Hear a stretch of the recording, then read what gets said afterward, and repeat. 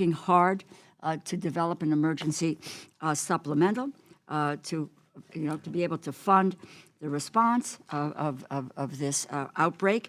And there's still one or two issues that remain open, but with all speed and deliberation, the intent is that, and the chairwoman can speak to that if she cares to, but we're looking at trying to move as quickly as we can between today and hopefully tomorrow, but before the end of this week to get this finalized and voted on.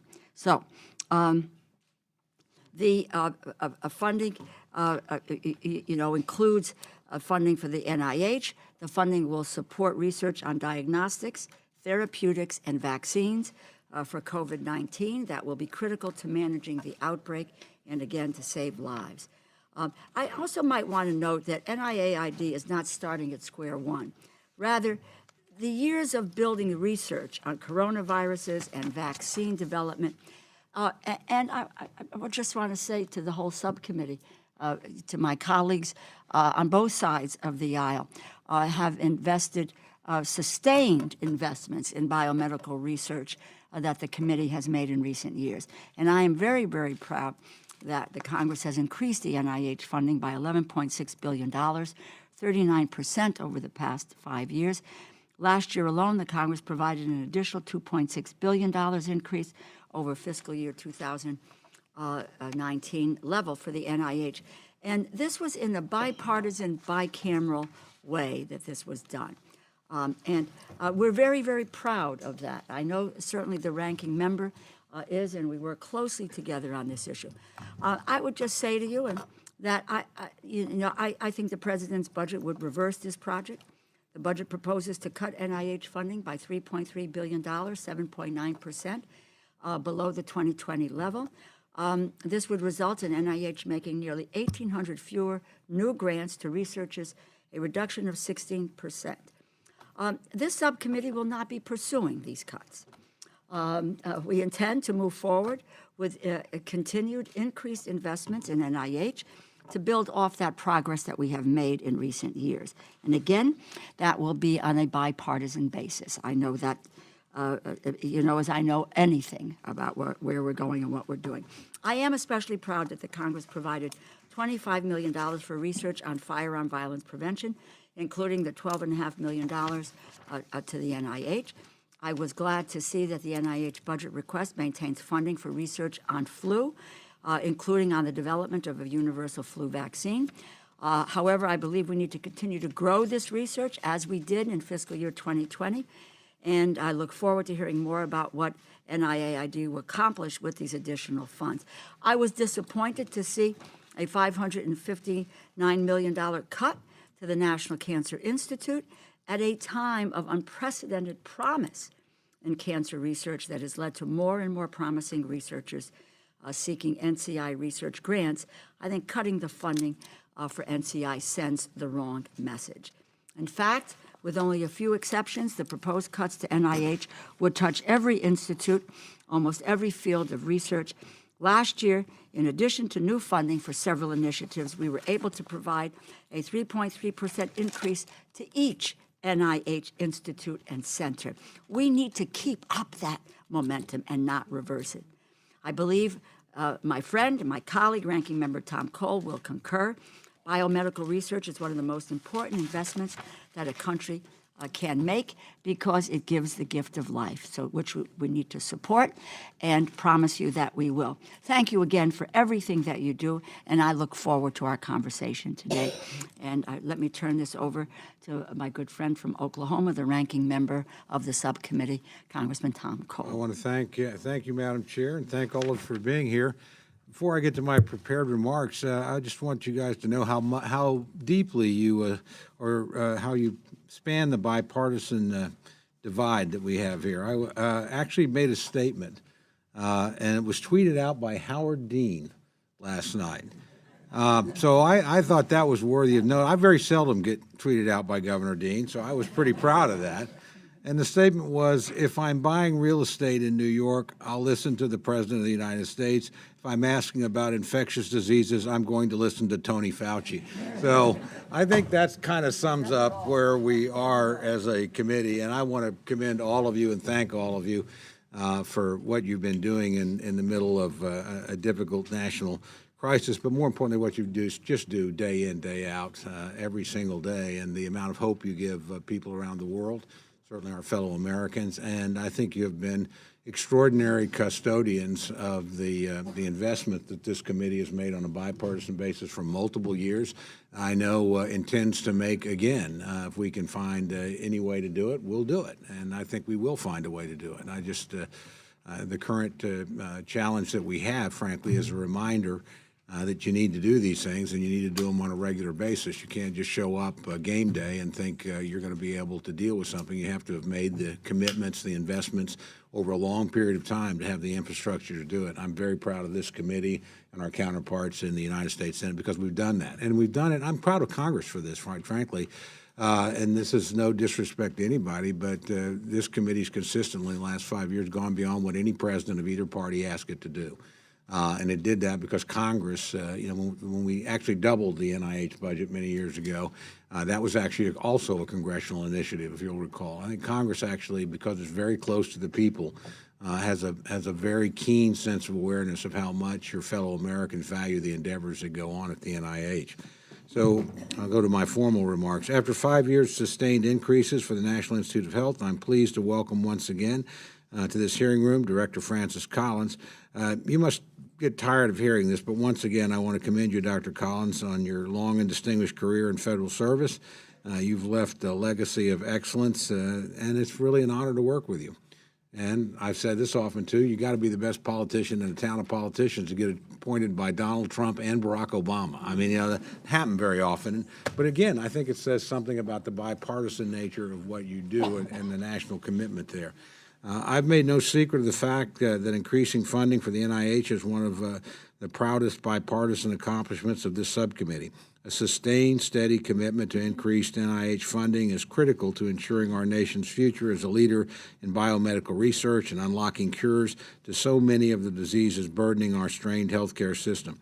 The hard work and innovation this funding fosters is part of the sustaining force of the United States' economic growth. Leaders in the House and Senate, Democrats and Republicans, have unified behind these increases over the past 5 years, and I ardently hope this trend continues for years to come. While I appreciate and sympathize with the fiscal restraint expressed in the President's budget, I do not think the reduction proposed for NIH is in the best interest of the American people. To reduce the NIH funding at this juncture would erode the progress we've made, as the chairwoman mentioned, over the past 5 years, signal to the research community instability, and quite possibly delay by years or perhaps decades advances in modern medicine, including curing diseases, finding better treatments for cancer, and unlocking the power of precision medicine. I also want to caution against the budget request's proposed changes to the negotiation for indirect costs, or funds included as part of the grant to cover facilities and administration. This critical funding serves as a foundational element for research, and I support the enacted bill language. I hope, Madam Chair, we continue that restraint. This is a false economy that our friends in some quarters have pointed out, and it's one that will hurt research, not provide additional dollars. We simply, need to protect the institutions that we've been investing in. This past year, we had the opportunity to sit down with the Nobel Prize winner, Dr. Jim Allison. His work on immunotherapy for cancer treatment promises to chart a course for a new direction for treatment for our deadliest cancers. The non-invasive nature and rapid time between treatment and resuming normal daily life is nothing short of remarkable. Moreover, these treatments are coming to market faster than therapies of the past and could take a decade before standard health insurance reimbursement. New applications for research in this area are overwhelming available federal funding, and it's something I hope we look at very carefully going forward. Companies have noticed the promise of such methods and are beginning to invest their own resources as well. 10 years from now, we may have thousands of cancer survivors that under today's treatment protocols would not have been helped. It's stories like this that remind me the support for the NIH has a real-life impact on life, and that every dollar investment is a direct down payment to a better future for millions of Americans and tens of millions of others around the world. I also want to highlight the progress we've made on Alzheimer's disease research. This deadly disease is creating an enormous strain on the healthcare system, families, and the federal budget. It's a rising cause of death and impacting more and more Americans each year. Total spending on Alzheimer's will exceed $1 trillion by 2050 if it remains on its current trajectory. We must make progress. Frankly, fiscally, there's no other option. I'm pleased to learn an international team of researchers, partly funded by the NIH, has made more progress in explaining the genetic component of Alzheimer's disease. Their analysis, involving data from more than 35,000 individuals with the late onset of Alzheimer's disease, has identified variants in 5 new genes that put people at greater risk of the disease. In order to tackle the physical, emotional, and financial toll of this disease is having on families, we must have a better understanding of the underlying genetics. I do not want to take up additional time recognizing all the distinguished Institute directors before us today, Madam Chairman, because quite frankly, like you, I would rather hear from them about the exciting research that they're all involved in. However, I do want to thank each of you and your colleagues and those Institute and Center leaders who are not with us for your passion, dedication, and hard work. I believe the work at the NIH has and will change the course of disease direction and treatment for many generations to come. And I hope Congress continues to be a supportive partner in these efforts. Thank you, Madam Chairman, for holding this important hearing. Thank you very much. It's now my pleasure to yield to the chairwoman of the Full Appropriations Committee and someone who's had just a major role in making sure that we respond in kind and with alacrity. Congresswoman Nita Lowey. And I thank you, Chair DeLauro and Ranking Member Cole, for holding this hearing, and welcome once again our very distinguished guests. I don't know how you're awake, Dr. Fauci, but I'm not sure either.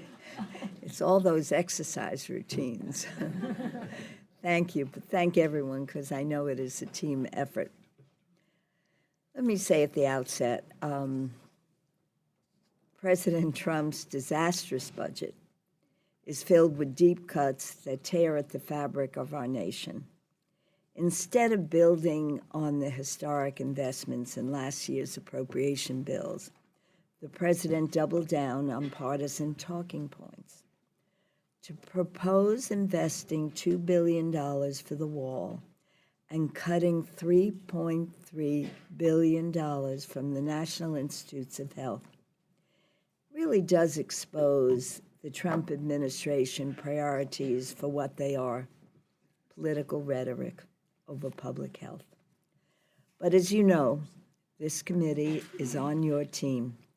And at a time with surging cases and costs associated with heart disease, cancer, Alzheimer's and related dementias, a vaping epidemic, and now the novel coronavirus, this panel's commitment to NIH will remain as strong as ever.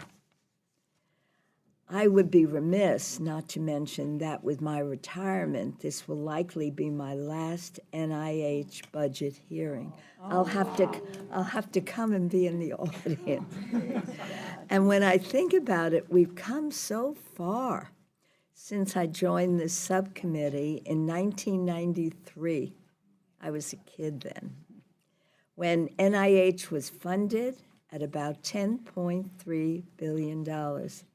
We committed to doubling the NIH budget, then more than tripled it.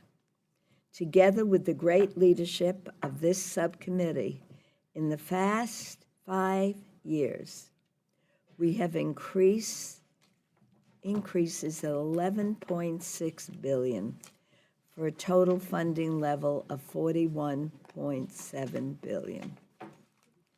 And frankly, every penny was worth it. And we are so appreciative for all of you, for your talents, for your hard work, for your commitment. It's really been an honor for me to serve on this committee. I do remember touring a lab with a young Dr. Francis Collins, who had a plan to map the human genome. And I remember that first map. There was nothing in it. And the advances in combating breast cancer have revolutionized survivor rates, as immunotherapy has given life to people who would have had a death sentence a decade ago. We know more about childhood development and the human brain, and we are witnessing amazing strides in precision medicine. And if you recall, we now even have some female lab rats.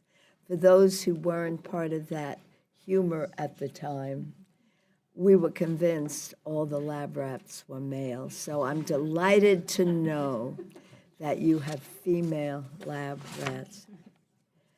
Your work has filled me and millions of Americans with hope. Never in all of human history has medicine had more to offer. And yet, with all these great achievements, we have so much more to do. I recently came across my questions from an NIH hearing in 1999 when I asked why women are more likely than men to have Alzheimer's. We still don't have the answer. In fact, we don't have many answers to Alzheimer's. I was on a panel. Lord knows why they asked me to be on a panel. And it was about 35 of us sitting around a table with one person who knew what he was talking about, a scientist from Columbia. And everyone was kind of quiet, and I said, Dr. Gibson from Columbia, so what are you recommending? Now, for many people around that table, there were experts, people who've been working on this for years and years, and he sat up, he said, diet and exercise. Dr. Fauci knows that, right? We've had conversations about that, actually, so many of you.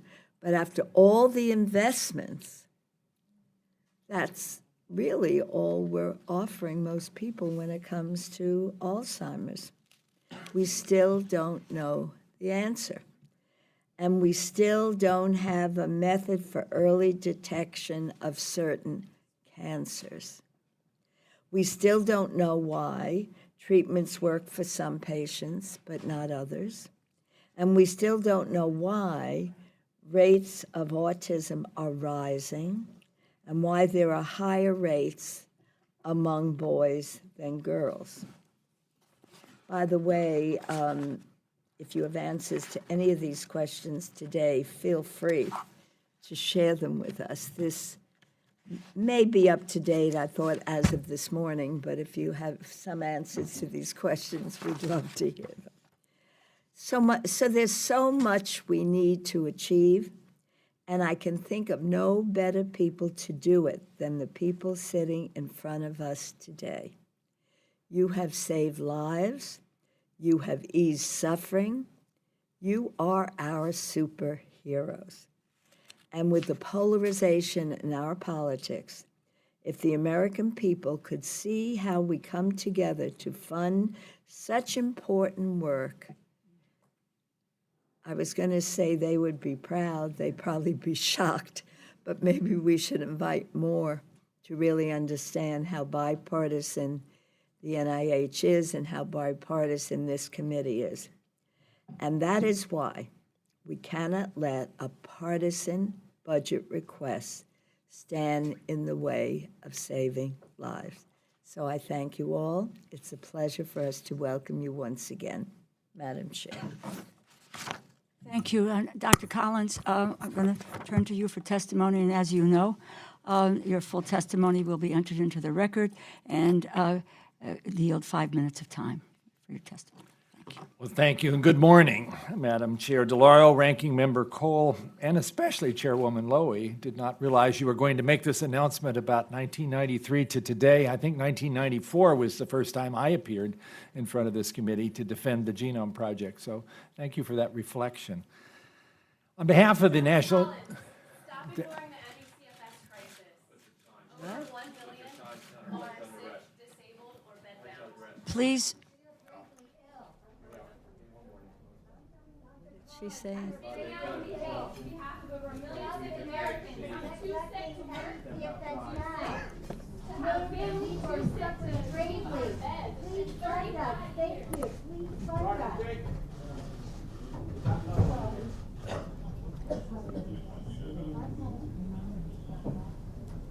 Dr.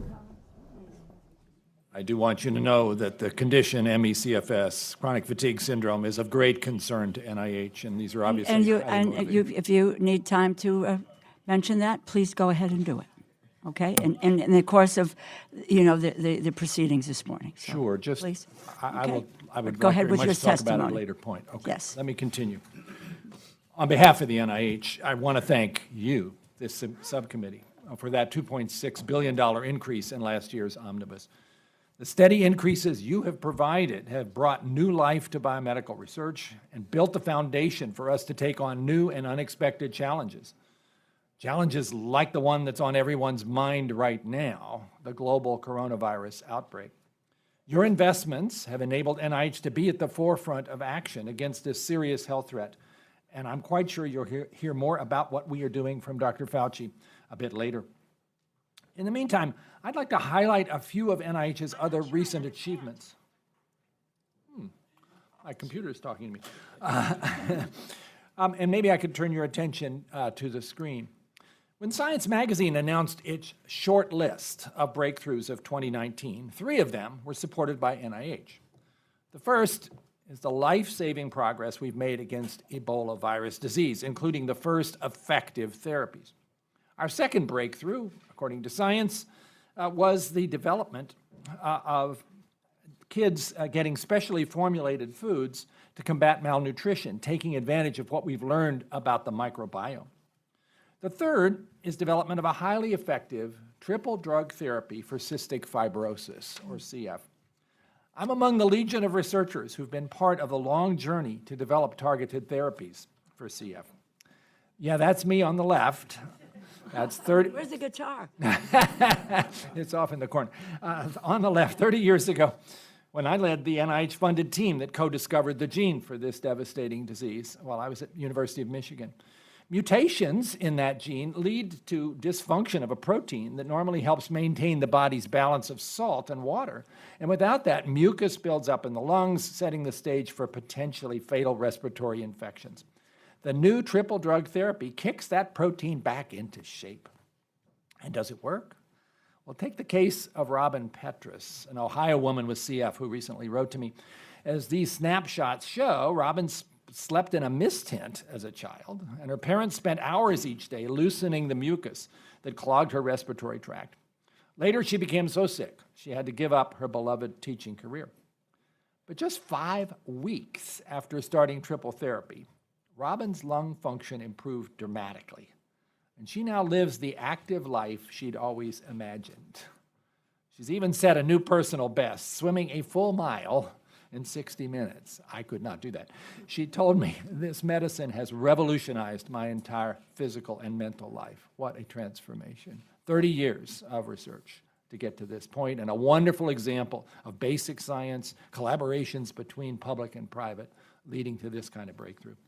So stories like Robin's inspire researchers to keep searching for innovative ways to help folks with all kinds of diseases. Among the many exciting possibilities is a new generation of gene-based therapies. At past hearings, I've introduced you to just a few of those who've been helped by these therapies. People like Mateo with spinal muscular atrophy, Janelle with sickle cell disease, and many of you had met cancer patients like Emily, whose lives are saved by CAR T-cell immunotherapy for cancer. But we need more breakthroughs. There are about 6,500 diseases for which we know the molecular basis, The pace of discovery has increased rapidly, yet we still have effective therapies for only about 500 of those. The latest development in gene-based treatments, the CRISPR gene editing system, promises to boost that number. CRISPR provides a precise find and replace function for DNA, allowing cells to be reprogrammed to correct disease-causing misspellings. 5 years ago, I never would have predicted this explosion of opportunities in gene therapy, but actualizing the potential poses real challenges. Today, it can take 2 years to produce the materials needed for clinical trials of gene-based therapies, a new one just announced this morning. We can rely on the private sector to support trials for more common diseases, but for ultra-rare diseases, which involve tens of millions of people, NIH must do more to de-risk projects if we hope to interest potential partners from the private sector. So to that end, the President's budget for FY21 includes a $30 million initiative for an NIH-led consortium to shepherd development of gene therapy targets for rare diseases from concept to clinic, customizing processes for gene delivery, manufacture, regulatory review, and testing. To conclude, these are dramatic times for NIH research. Today I've focused on gene-based therapies, but many other remarkable advances are on the horizon. Advances like developing vaccines for coronavirus and other infectious diseases, using science to address our nation's opioid crisis, and applying the power of immunotherapy to even more types of cancer. None of this would be possible without your support. Because of you, we at NIH are working hard to turn dreams of healing and health into reality for all. So thank you, and my colleagues and I look forward to your questions.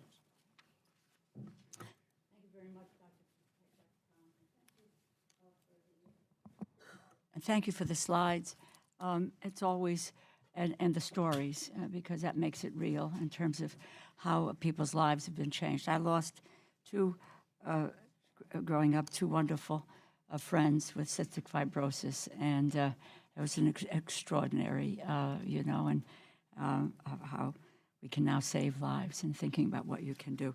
Let me just, Dr. Fauci, I recognize that you have been very, very generous with your time in providing the subcommittee with information about NIH's current and proposed activities related to COVID-19, including basic research, development of diagnostics, therapeutics, and vaccine. Just a kind of a two-part question. Would you give us a brief update on the latest developments in NIAID's work in this area? And because, as I mentioned, NIH isn't starting from scratch with regard to the research on coronavirus or on emerging infectious diseases. If you can tell us about how prior investments in NIAID, that research, have laid the groundwork for what we're able to do now with the coronavirus. Thank you very much for that question, Madam Chair. Yes, in fact, if you look at the fundamental basic research on molecular virology, and the ability, which really comes from NIH itself and NIH-funded investigators, to be able to identify a pathogen and sequence it extraordinarily rapidly to allow us to do the things that I'll mention in a moment. But this goes back to fundamental basic research on molecular biology, virology, genetics, et cetera. Remember, the first coronavirus that caused a problem globally was the SARS virus in 2002, which were 8,000 people and 775 deaths for a death rate of about 9 to 10%. Several years later, we had the MERS coronavirus, again causing a problem in the Middle East. Now we have the third coronavirus. One of the things that we've been able to do, and the NIH, as you know, does many things, and we're studying very intensively the fundamental virology and pathogenesis of the disease, but the things that we're doing right now in the form of interventions are in the arena of vaccines and in therapeutics. It's really extraordinary that from the first time the sequence was made public by the Chinese when they discovered what virus it was, literally within days, we took that sequence off the database and inserted it into one of our vaccine platforms called the messenger RNA in the Vaccine Research Center at the NIH. And then what we did was do a stepwise approach, which is to first determine, is it immunogenic? Can you stick it in an animal and would it make an immune response? The answer is yes. I predicted that we would be about 2 to 3 months to go into phase 1 trials. And I think we're going to beat that. I think we'll be in probably about 6 weeks, which, as a matter of fact, will be the fastest that anyone ever has gone from the identification of a sequence into a phase 1 trial of any vaccine that's ever been done. That's the good news. The sobering news is that since vaccines are given to normal individuals, what is paramount is safety and whether or not it works. So we'll do a phase 1 trial. We'll do it in a number of our centers, including our center at the NIH. That will take about 3 to 4 months. And then, if successful, which I believe it will be, there's no reason to believe it won't be safe, we'll go into what's called a phase 2 trial. The phase 1 trial is 45 individuals. Phase 2 trials are hundreds, if not a couple of thousand individuals. It would take then about a year to a year and a half to be fully confident that we would have a vaccine that would be able to protect the American people. And so although the good news is we did it fast, the bad news is that the reality of vaccinology means this is not going to be something we're going to have tomorrow. In contrast with therapy, if I might say, we have a number of therapies that was used in an animal model and in vitro. We don't know if they work, but we've already started a trial in the United States on a Gilead drug called remdesivir in both Washington State, which is having a problem, as you know, right now, as well as in the University of Nebraska, where we have put the people who were expatriated, who were repatriated and brought back. A clinical trial will be done, and if, in fact, it's shown to be effective, maybe not perfectly effective, but at least somewhat effective in bringing down viral load, we would imagine in the next several months, and it'll take that long to do the trial, that we might have an intervention. So going back from what you said all the way to the molecular virology decades ago to where we are right now, I think that's what we call the proof of the pudding of investment in biomedical research. Thank you. Thank you very, very much.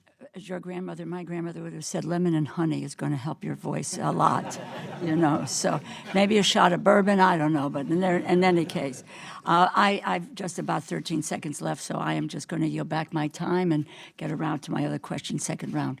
In the spirit of bipartisanship, I want to assure you that shot of bourbon can help you, Madam Chairman. Yeah. I test it routinely, and it works very well. Dr. Collins, last year when we were, we all are always interested in stretching these dollars as far as we can and putting money behind research.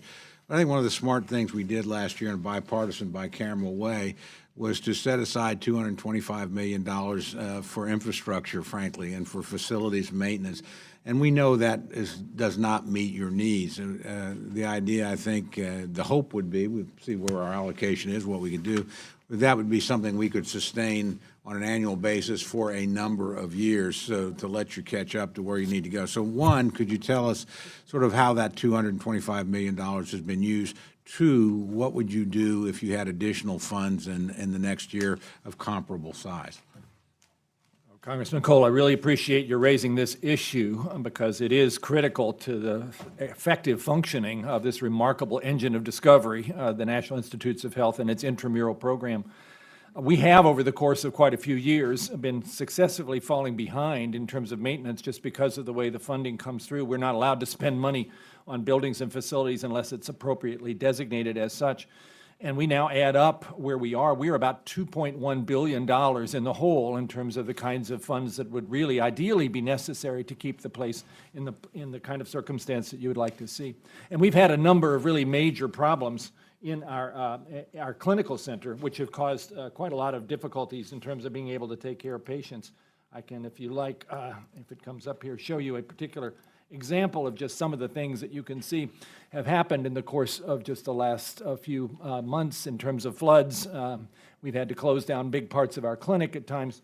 So we have a big backlog of needs. The National Academy of Sciences was asked by the Congress to look at this issue and agreed that we need a urgent attention to this matter.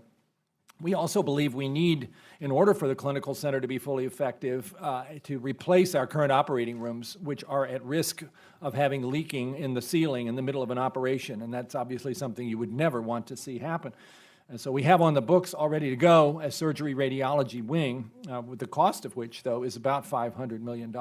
What you have done in terms of increasing the support for this has helped us hugely, and it will help us both with the backlog of maintenance that we need to pay attention to, but also to try to build up sufficient amount of funds to start that new wing.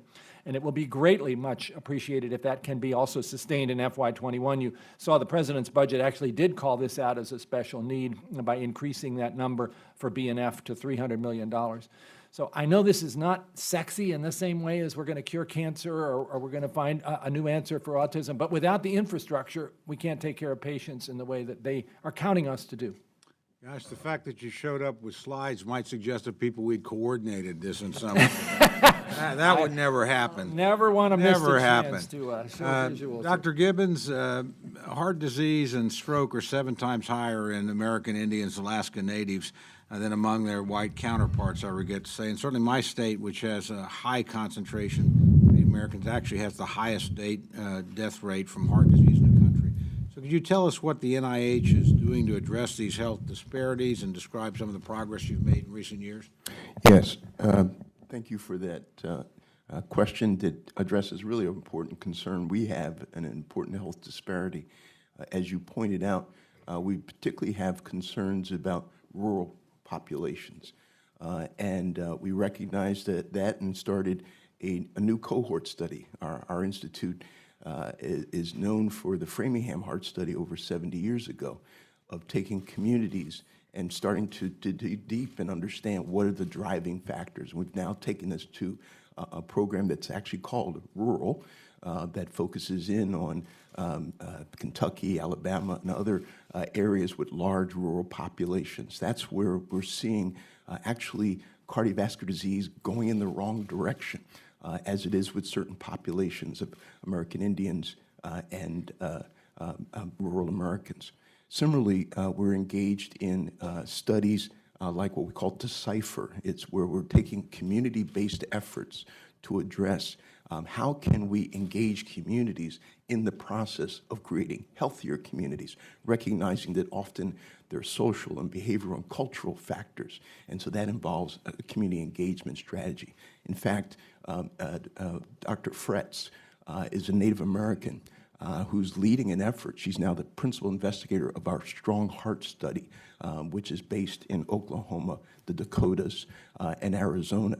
And she's engaged in a project to promote healthier lifestyles, particularly in American Indian communities. In fact, taking them into a more traditional diet of fruits and vegetables, whole grains that we know can help prevent heart disease. So this is very top of mind and high priority. Thank you very much. Thank you, Madam Chairman.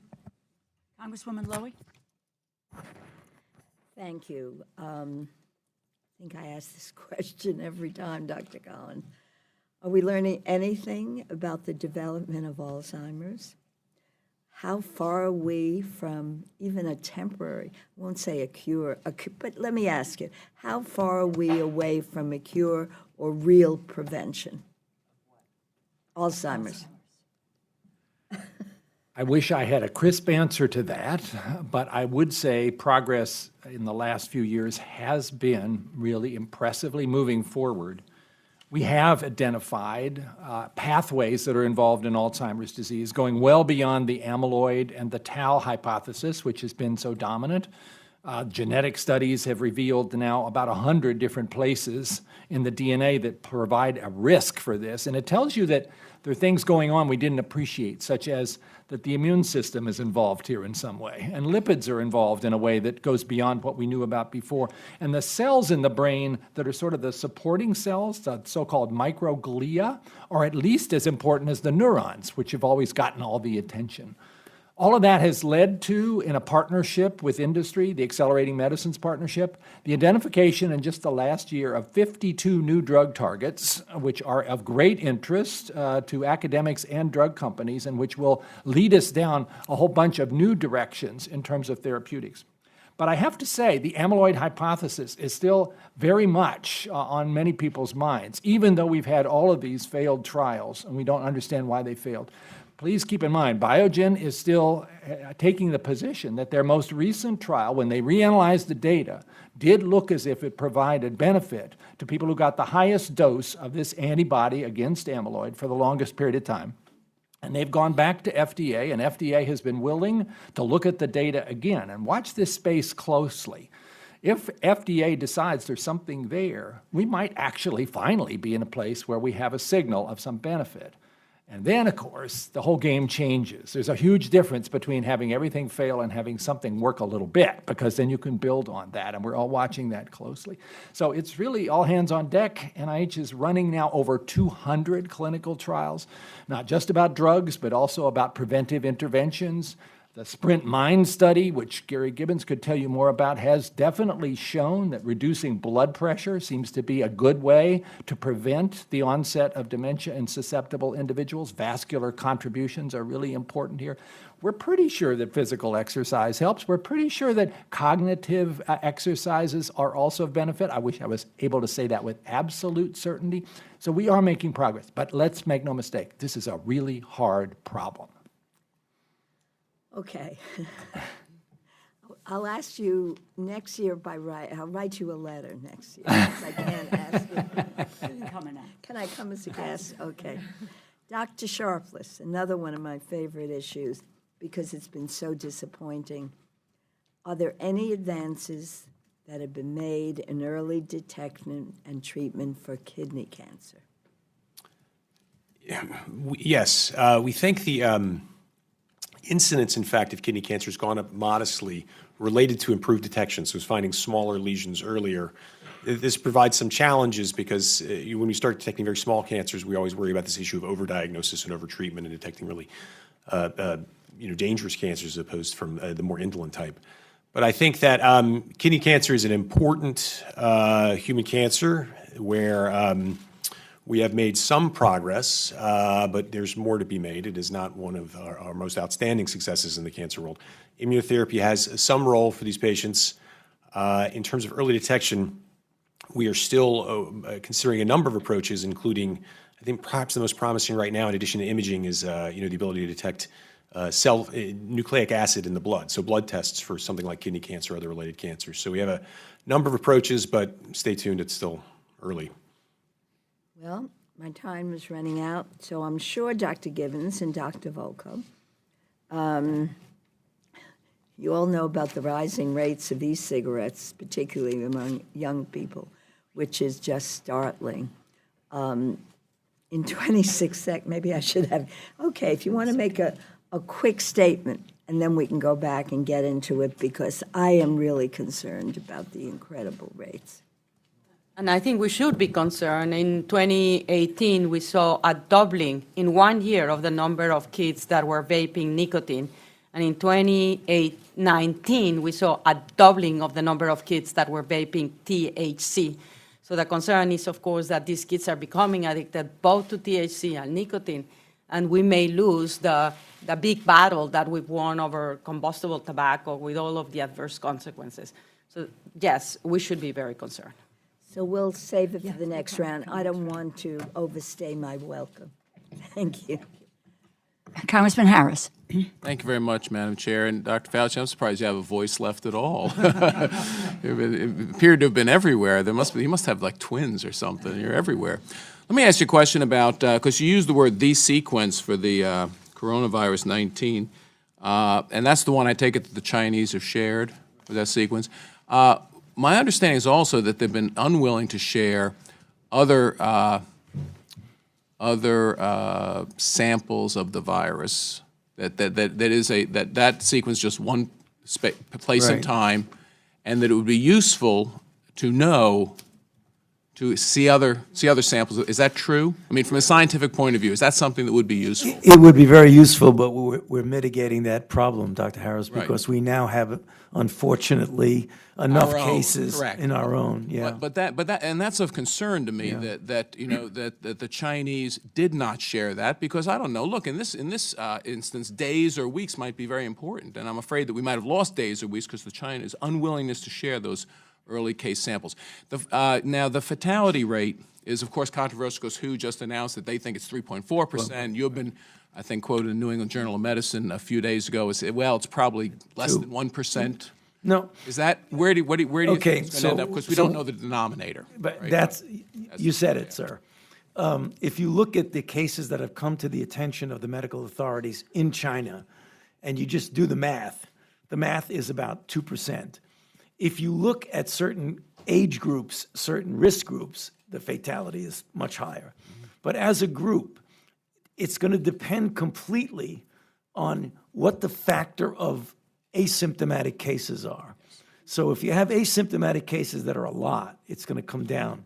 What we're hearing right now on a recent call from the WHO this morning is that there aren't as many asymptomatic cases as we think, which made them elevate, I think, what their mortality is. You know, as well as anybody, that the mortality for seasonal flu is 0.1%. So even if it goes down to 1%, it's still 10 times more fatal. When will we know with our own data, do you think? We will know with our own, I hope it's, I'm torn, Dr. Harris, because if we get enough data to have a big N, it's going to be bad news for us. But we're learning more and more. The thing that's encouraging is that as part of the WHO umbrella team that went to China finally after a long period of time, there were two USA individuals on there, one from the CDC and one from the National Institutes of Health. He has come back. He is now in self-isolation in his home, but he's going to be giving us a report pretty soon about that. And I think from him, you know him, Cliff Lane, he's the individual who's my deputy. And I think we're going to get the information you need. Good. Well, thank you. Dr. Collins, a couple of questions about data and information sharing. In your budget justification, it said the NIH is in the process of updating its data sharing policy. I'm curious if you have any information on the amount of data that's indeed shared by NIH grantees and whether you believe mandatory sharing of data should be a requirement of all those receiving grant funding. And a related question, the administration has suggested that, if someone receives federal funding, the published research should be available free upon publication, not a one-year waiting period, but free upon publication. So could you comment on those two, what I'd call, just kind of transparency issues with regarding federal funding? Those are very much on our mind, Dr. Harris, and certainly in terms of having our grantees share the data that they've generated with public funds, we feel very strongly that's part of their responsibility. And certainly the data sharing policies that we have been putting together make that increasingly clear. There's some legal limitations on our actually making that a mandate, but we can certainly put in terms of a term and condition of the award that that's the expectation, and we can monitor that to see if in fact it is happening.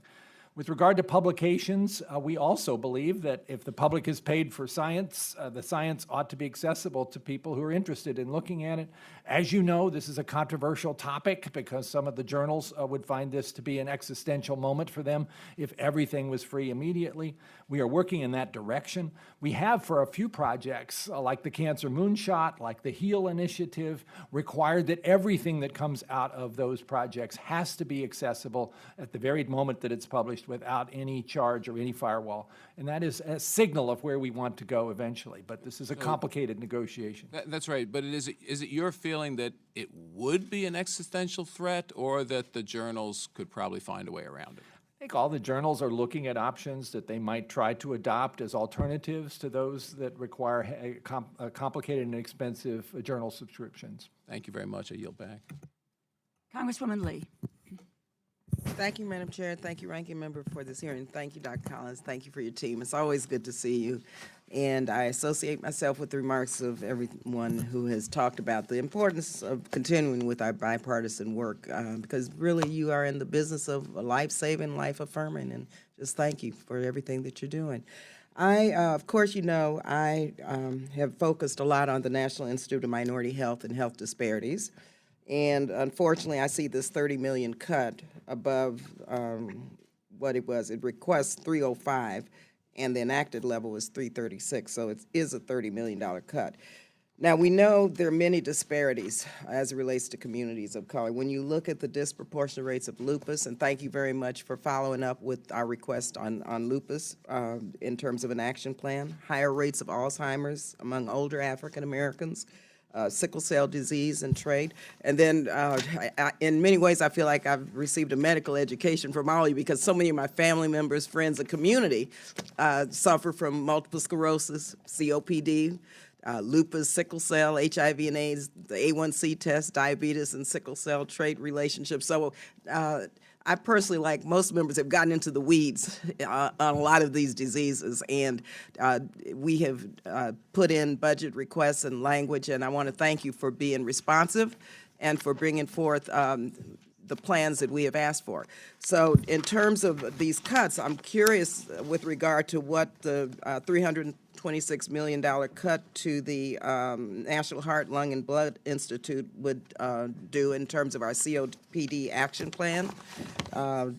Also, the cut, again, in the National Institute for Minority Health and Disparities, the $30 million cut, and over, I can talk about these cuts as it relates to some of these diseases. Multiple sclerosis, the brain initiative, I believe there's a cut of about $40 million. So can you just kind of tell me how you're going to deal with this if these cuts in fact go through?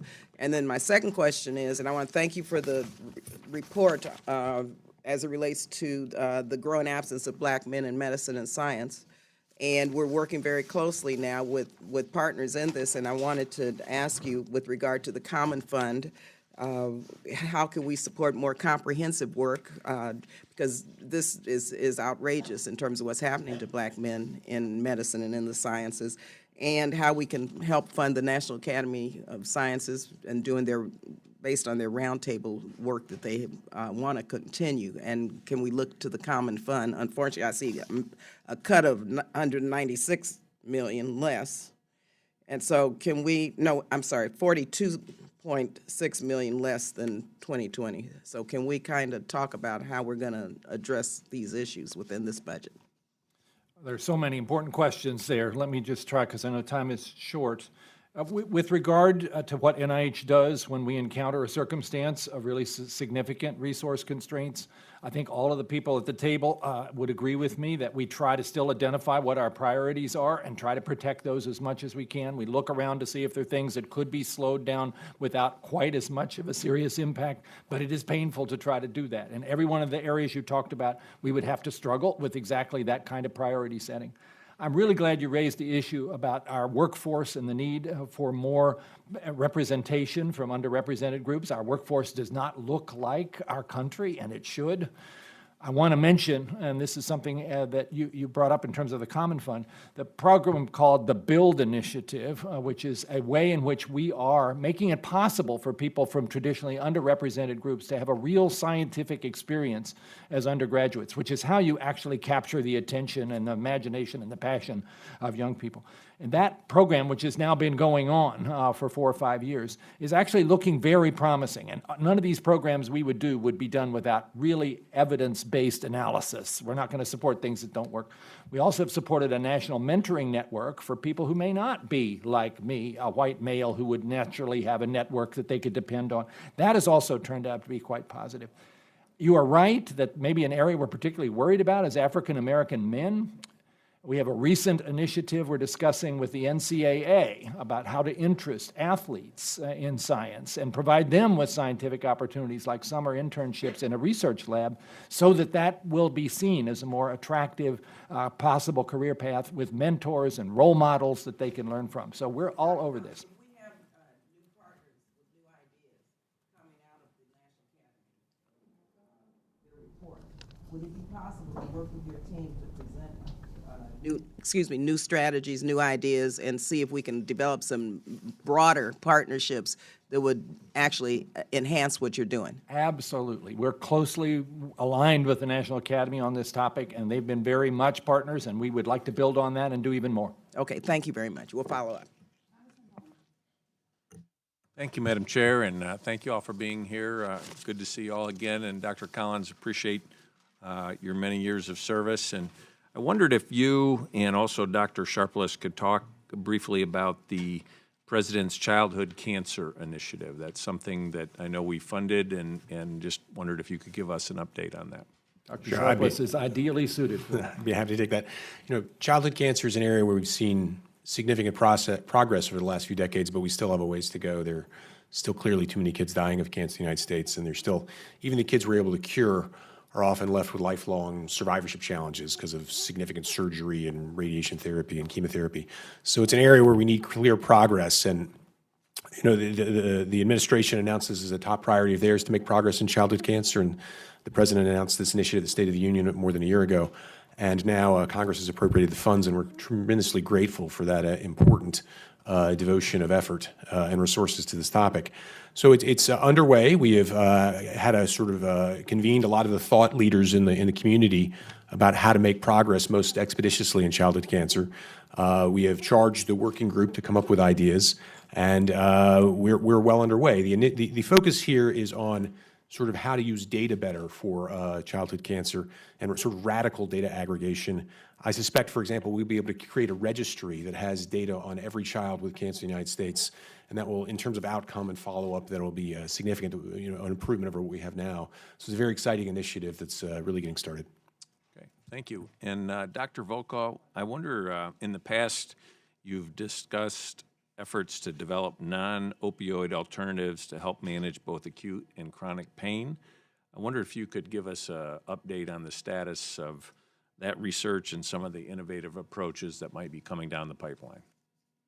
Yeah, thanks for that question. And indeed, the generous support from Congress that gave us $500 million to our base to actually address interventions and science that can solve the opioid crisis has enabled us to advance enormously our investments on understanding pain, transition from acute and chronic, but also to develop new therapeutics and to determine what implementation we can currently do to help patients that are suffering from chronic pain.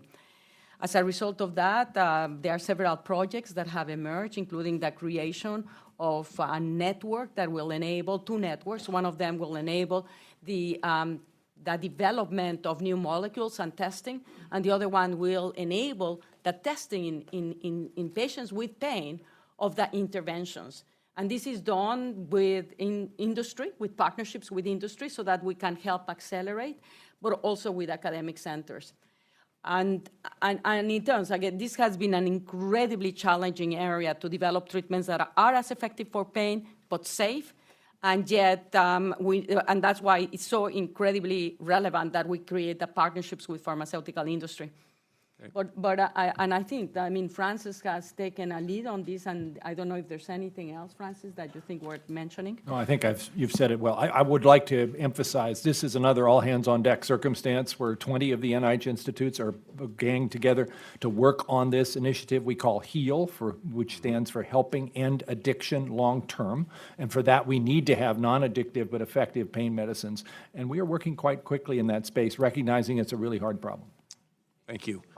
Dr. Fauci, we've been talking a little bit about the coronavirus, and I wondered if you could comment on some of the partnering that NIAID has been doing with BARDA on the development of medical countermeasures for these threats in general, biological and pandemic threats. Yes. Thank you very much for that question. It transcends coronavirus, certainly, because, as the NIH's fundamental mandate and work is in fundamental basic research and its translation into translational research, which is then translated into a product for intervention. And if you look at the things that are now out from a number of diseases, from HIV to Zika and now to corona, it's essentially a process where we do the initial fundamental research, bring it to its early stage of development, usually in a phase 1, and hand it over to BARDA. What BARDA does, get their resources and partner predominantly with either biotech companies or larger pharmaceutical companies to make a product based almost invariably. In fact, if you look at some of the things that have now come out with products, almost every single one of them, with few exceptions, has NIH fingerprints on them from the very beginning. So I think it's really a nice marriage and part of the continuum from the fundamental research to the product, and it's worked very well. Thank you very much. Thank you, Madam Chair. I yield back. Congressman Pocan. Thank you very much, Madam Chair, and thank you all for being here. Dr. Collins, thanks for having all your colleagues here. I think the single easiest thing to say is and it's totally a tribute to all your work. When you see the bipartisanship when this comes forward, when our ranking member was the chair of the committee, or Ms. DeLauro, we as Congress increased funding to NIH, and I think it just shows how much we all value everything you do. So thank you. And I just want to say thank you so much for updating the statistic, and I'll mention it because I think it's good for everyone to know.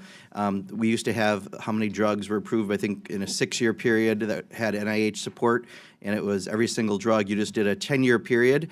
We look back, going through 19 of the 356 drugs approved by the FDA, each and every single one had support from the NIH, and that's our tax dollars. So thank you for updating that number, and I think it's something, as we talk about drug pricing and other issues, it's very, very helpful. I feel like I would be doing legislative malpractice, however, if I didn't talk about the coronavirus, especially with Dr. Fauci here. I want you to know I follow you very closely. I have enormous respect for what you say. I've been following Scott Gottlieb. I had and have enormous respect for him. I've been following the World Health Organization, trying to get some various sources on this.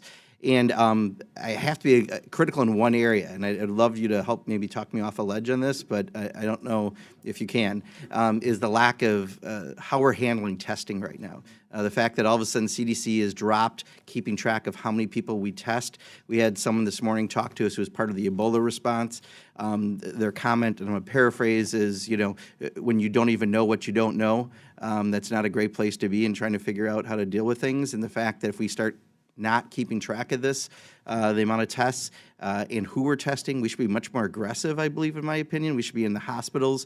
Anyone who's got a pneumonia that we can't necessarily identify, we should be testing, because otherwise medical professionals need to know. I just feel like this is one area. You gave me great response on where we are on finding something to help, whether it be treatments or otherwise, a vaccine. I feel like this is one where we're dropping the ball. And I do want to get to another question, but let me ask you on this particular, talk me off the ledge. I'm nervous that we're not keeping track of who we're actually testing and the fact that we're not more aggressively testing. Well, I'm not going to try and talk you off the ledge because you're making a good point. Okay. All right. Push him off. No, it's less than keeping the track of the tests, sir, than it is making the tests available and withdrawing the restrictions on who can be tested. So let me explain, because this is really an important issue. I just want to leave a minute for the other question. Yeah, okay. So the issue is the tests from the CDC were for public health components, state and public health groups. They'd have to give it to them, the test comes back to the CDC. That started off with some technical problems, which delayed that going out. The major issue that I find, and many of my colleagues find problematic, is that if you're looking for people in the community who don't have a recognized link to a test, we call it community transmission, then you've got to withdraw the restrictions that in order to get a test, you have to have a link to something. Correct. It's almost inherently contradictory. Those have been lifted. The FDA has taken the constraints off, and now we finally have companies that are going to be making many, many more tests. But should we be proactive in testing, especially in hospitals and places like that, rather than waiting for people to come and be tested? Yes. Okay, because I just feel like that's one of the components the answer not happening is 2 months yes, later. Okay. And I feel strongly about that. Thank you. I love when I get a one-word answer. Maybe you could meet with Secretary DeVos and explain to her yes and no questions. Second area, I'm worried about supply chain. You know, I just read China RX because Rosa told me, and now I've got Mike Gallagher, one of my colleagues on the Republican side from Wisconsin, you know, I think going to read the book next. I am concerned about, you know, the fact that, as we've had the conversation previously about this, the number of either drugs that are made, active ingredients that are made, I would add medical devices that are made in places like China. And I don't know, do we really know what that supply chain is with the various companies? We did a letter this morning, Pramila Jayapal and I, to I think the top 20 or so prescription drug companies, and are asking this very question. But do we keep track of this anywhere to know how many of the drugs are made in places like China and where we could be for potential shortages in a case like this? I believe that the FDA does, and the fact your concern is one that we've been talking about as part of pandemic preparedness for years. When we put together the plan back in 2005, we said one of the real problems is supply chain. I was somewhat, I would say, impressed/shocked that something like 90% of the fundamental ingredients that go into many of the drugs, not the actual drug itself, comes from China. So that is a real problem. And I don't have any answer to you. It's not anything that we do, but it's something that impacts us. Can I ask one really quick follow-up? Should we be tracking active ingredients in medical devices as well, supply chains? Yeah, I would imagine yes, but again, that's out of our purview. Thank you. Thank you. We will do a hearing or a briefing with Rosemary Gibson, China RX, so that we can talk about that. Congresswoman Herrera-Butler. Thank you, Madam Chair. And I'm glad Mr. Pocan asked about this. This is one yesterday when I was at the White House. I asked Vice President Pence about the supply chain issue. And I know in the last number of months we've heard refine, or weeks. And then this last week, we started to hear, well, there's some concerns. I think February 27th was the first time that a prescription manufacturer noted that there's a supply chain issue with regard to the coronavirus. Now, we've already seen shortages for unknown reasons of things like immunosuppressive drugs. And this is an area that I'm very focused on, seeing if what the solutions can be in the short term. Because people say, go get 3 weeks of your prescription. Well, if your prescription's being rationed, you can't do that. What types of solutions can we, so there's now, and the coming year that we're going to be dealing with maintenance and treatment of this virus. What should we be doing? What can you see? And then obviously there's the big picture. You talked about needing to fix the supply chain overall for preparedness. Could you speak to that? Well, the supply chain problem is, as you will know very well, a long-term problem that has been brought to our attention multiple times. And then when you have something like this, you realize you have a supply chain problem, which you cannot fix immediately. And there's no real easy fix for it. I don't have an answer for you. But maybe this would be a lesson as we go forward that, as I've said to this committee many times, this isn't the first nor the last emerging microbe that we are going to be confronted with. And if one of the issues that's vulnerable when you have an emerging infection is getting cut off from things that we depend on from other nations. So I'm sorry, can't tell you what to do tomorrow or next month, but maybe we could talk about the future and how we might turn the knob a little bit. I'm interested in that. I want to hear about the future and how we can change the big picture. I do think there are some immediate solutions that I'm going to be asking the administration to be considering and the different task force to make it easier for people to access their prescriptions, if maybe it's even accessing a brand that's available over a generic that's not available, and how can we help make that cost effective for patients and hold them harmless? That's an area that I'm looking at for the immediate short term because people need to have access, period. The other thing I wanted to ask about is, and I don't know if you can speak to this, but you're professional. So being from Washington State, in my district's on the coast, I'm in between Seattle and Lake Oswego. Obviously, people at home are very attuned to what's happening. The state has requested, and there's been a lot of coordination. I've been on the phone with all sorts of, the governor's talking, the vice president's talking to the task force, talking to our senator. Everybody's mobilizing, and I am very proud of our public health response. I'm grateful for the CDC and even FDA folks were on the plane immediately. So we are moving forward. One of the things that was asked, and it's kind of around the strategic national stockpile, which is not necessarily under your jurisdiction, but perhaps you could speak to. We've made a request for personal protective equipment. I think we're only at about half of that has been let to us as a state. And then also, what's your opinion about expanding CDC testing criteria? Because I agree. I actually think, so the state can only test a certain amount of folks. We need it in the commercial labs available for people to go in and test. Would you support expanding that criteria so we could get more people access? Your thoughts? Yeah, I would support expanding criteria means withdrawing restrictions. That's the point. I just want to hear it another way. Yeah, okay. I think we can't say it enough. Yeah, right. And I feel very strongly about that. Washington has a very good public health group. We do. They have put together a test that they've done. They've been able to do it. They need help. They need support. I was on the phone late into the night last night with my colleagues from Washington. And we really do need to act aggressively there. When you say help and support, give me specifics. No, we need, for example, they are doing contact tracing on the nursing home outbreak. Mm-hmm. Now, if they find out there's community out there, they're going to have to do contact tracing on that. They're stretching their resources, and that's an issue. So backfill support, obviously. They need some help. And they need I bodies. think, in fact, I'm certain the CDC is right now, as we speak, helping them. That's my understanding, but it is an evolving situation. I was on the phone with both of them last night, so that's the reason why. We appreciate that. Thank you, Madam Chair. Thank you. On the supply chain issue, I would hope on a bipartisan basis that we could take a look, which is not the subject of this committee, but advanced manufacturing and what we can do in the long term on manufacturing those ingredients here rather than in China. And I think that's well worth our time and effort to take a look at. Good question. Congresswoman Frankel.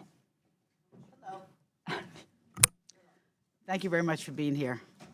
All right, so I just have to ask you some supermarket questions. So people think, like when I go to the supermarket, people think that members of Congress should know everything, all right? So these are very simplest, but so one of the questions I get is if the coronavirus is just a cold symptoms, well, that's what we hear on the news. No, flu. Okay, more like the flu. Okay. So it's not just, I guess the question I have is, how long does it last? And what makes it so serious? Okay. It isn't a common cold.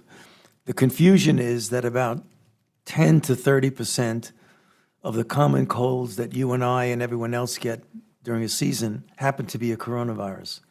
But a certain subset of coronaviruses can cause extremely serious disease.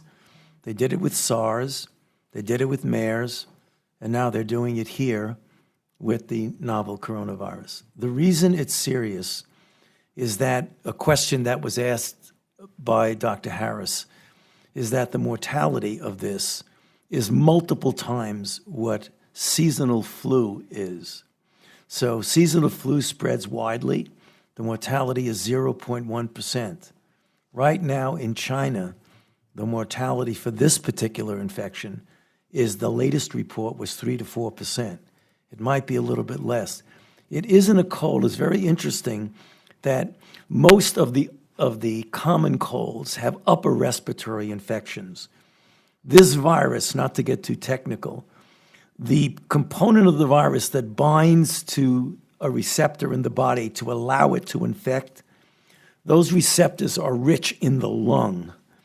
That's the problem. It binds to it. So a person can present no sneezing, no sinusitis, fever, shortness of breath. You do a chest x-ray and you have pulmonary infiltrates. That's not the common cold. Okay. Well, thank you for, now I'll have a better answer for people. Next question, if you're able to comment on this, in terms of your research, is there anything that you think the FDA can do to speed up your research? I see a shaking of the heads by Dr. Collins. You're referring to coronavirus Or specific? any drug that you've been researching. So we work very closely with the FDA. We actually have a joint leadership Jimmy, council. maybe that's a better question. Is there anything that we can do to speed up the FDA? Yeah. Well, Tony, maybe you should say specifically with coronavirus, because FDA has been all hands on deck in that space and has been very recently pretty actively enhancing the ability to do laboratory tests. I don't think there's anything that you could do to speed up the FDA. Quite frankly, they may need more resources to do the kinds of things they're doing. But we have, that's right, Madam Chair. But we have very good relationships with them. They have been very, very cooperative and collaborative with us in trying to get these countermeasures out as quickly as possible without cutting corners that would impact safety and our ability to evaluate efficacy. former acting commissioner of the FDA might want to answer this There he question is. as well, since he's now the head of the Cancer Institute. So yeah, what could the Congress do to help the FDA there, Ned? Yes. That's an interesting question. I'm here as NCI director today. I don't really want to speak on behalf of the FDA, a different federal agency. But I think, this a challenge like this is really trying for the Food and Drug Administration because it's so sudden and the sort of machinery is built to be deliberative. I think probably the device center's decision-making about making these LDTs, the lab-developed tests, more widely available and releasing those restrictions is a really important development. That I think the academic labs will be able to bring these tests up to speed very quickly. I think they're definitely going to need more funding. I think they have some significant hiring challenges at the FDA that I worked on a lot. 21st Century Cures gave them a new hiring authority that was much appreciated, and I suspect they'll be using robustly. But they're really great people, and I'm sure they're up to the task. I think I'm running out of time, so one more question on Alzheimer's. Is the private industry doing any research? Because I've always heard that because it's so expensive that they really are cutting back on that. They are, but it's not all companies. Again, I have the privilege of serving as the co-chair of the executive committee of what's called the Accelerating Medicines Partnership, which is focused on Alzheimer's as well as rheumatoid arthritis, lupus, and diabetes. And there's 5 companies there that are invested in this in a big way. And they have been willing to put their funds as well as ours together into a partnership where all the results are open access. But it has been concerning that a number of other companies have ceased working on Alzheimer's disease because of so many clinical trial failures. We need them to come back. I mentioned earlier we have more than 50 new drug targets. We're trying to encourage them to get interested again. Okay, thank you. I yield back. Congresswoman Bustos. Thank you, Madam Chair. Well, first of all, thank you for answering so many of the questions that we have around coronavirus, but I'm going to actually switch topics. Is that okay? I'm from Illinois. The congressional district I serve is 14 counties, goes up to the Wisconsin state line. Mississippi River's on the western part of my district and then goes into central Illinois. 11 of the 14 counties are rural, and then we have the population centers of what we call the Quad Cities, Peoria, and Rockford. So each of these counties and communities face the unfortunate circumstances that can lead to negative health outcomes, probably like almost every congressional district in the country. And as you know, these are called social determinants of health. And I'm just going to give you a few examples. In Peoria, Illinois, we've got a problem with food deserts. And heard a story from a person in my district, takes them 16 bus stops to be able to access fresh fruit and vegetables, 16 bus stops. And then in Rockford, Illinois, Congresswoman Lauren Underwood just came to my district. She's the co-chair of the Black Maternal Health Task Force. And so we brought her in so we could bring health professionals together and find out why do we have, in the state of Illinois, 6 times, Black women are 6 times more likely to die as a result of pregnancy-related conditions than white women. So it's something that, again, social determinants of health. How do we get to this? We have a hospital in my district that took them 7 years to hire a primary care physician, 7 years. And then we've just closed within the last year or two the obstetric services out of Pekin, Illinois, and Galesburg, Illinois. So those are some of the examples that we're facing. So along with Congressman Cole, we introduced the Social Determinants Accelerator Act. I'm very proud that we've gotten that out there. But here's what I'd like to ask you, and maybe Dr. Collins, you can start, but would love to hear from the rest of you on this. The National Institute on Minority Health and Health Disparities has a strong focus on social determinants of health. But each of your institutes obviously has skin in the game on this. So I'm wondering if you can talk about how you're working together to address this, what I can take away from this.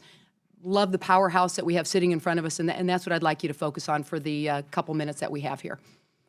And it's a wonderful topic, and in fact, every one of the NIH institutes, as you say, has skin in the game in various ways, and I could give you many examples because of the time. Maybe I'll first ask Dr. Bianchi to say what we're doing in terms of this very thorny and difficult and important issue of maternal mortality, which is particularly a problem of health disparities. Thank you, Doctor. Thank you. NIH really shares your concern. The problem that we have is, although maternal mortality is rising, it is still a relatively rare event. So it's very difficult to study it. There are only about 700 women. It's too many, but it's hard to study 700 a year. We're focusing on the so-called near misses. In addition, there are 50,000 more women who are near misses, and these women can help us to identify differences in survival. Why do these women survive, whereas there are others who do not? We also really need to understand why is there a difference in African American women, as you mentioned, but also American Indian women, as well as Alaska Native women, who all have higher risks of mortality, as well as all women over age 40. It's also important to recognize that maternal death doesn't just encompass pregnancy, labor, and delivery, but it encompasses the full year after delivery. Right. And so we need to connect obstetrics with internal medicine. Pregnancy puts a stress on a woman's body, as you know. It unmasks comorbid conditions such as diabetes, depression, and heart disease. So it's really an opportunity to intervene. Dr. Collins has put up the slide because we are now developing a trans-NIH initiative that's going to be known as the IMPROVE. This is the first time you've heard about this. It's implementing a maternal health and pregnancy outcomes vision for everyone. It has two components.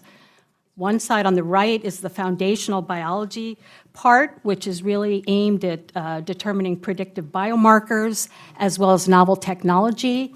And on the left, there's a social and biobehavioral aim. It's very important to connect the communities, not only to hear from them what they need, but then to be able to implement some of these changes. Everybody could tell you more about, and I'm sorry because of the time, I can't call on the other folks at the table, but we'd love to talk to you more about this. This is a very high priority for us. Okay, we'll set aside some time where we can talk outside of this hearing. But thank you very much. I appreciate your perspective on that. I yield back. Congresswoman Clark. I yield to Congresswoman. She wants to yield to you. Go for it. Can you take that 33 seconds off of my time, then? Go for it. Good morning, everyone. Thank you for being here, and I'm so sorry that I missed a lot of the testimony. I think that you do important work, and I thank you for the service that you provide. Dr. Fauci, you said that you support proactive testing. True? Right. Yes. So what does that mean? Why are we not doing it, and what does it mean, and who would be tested, and under what circumstances?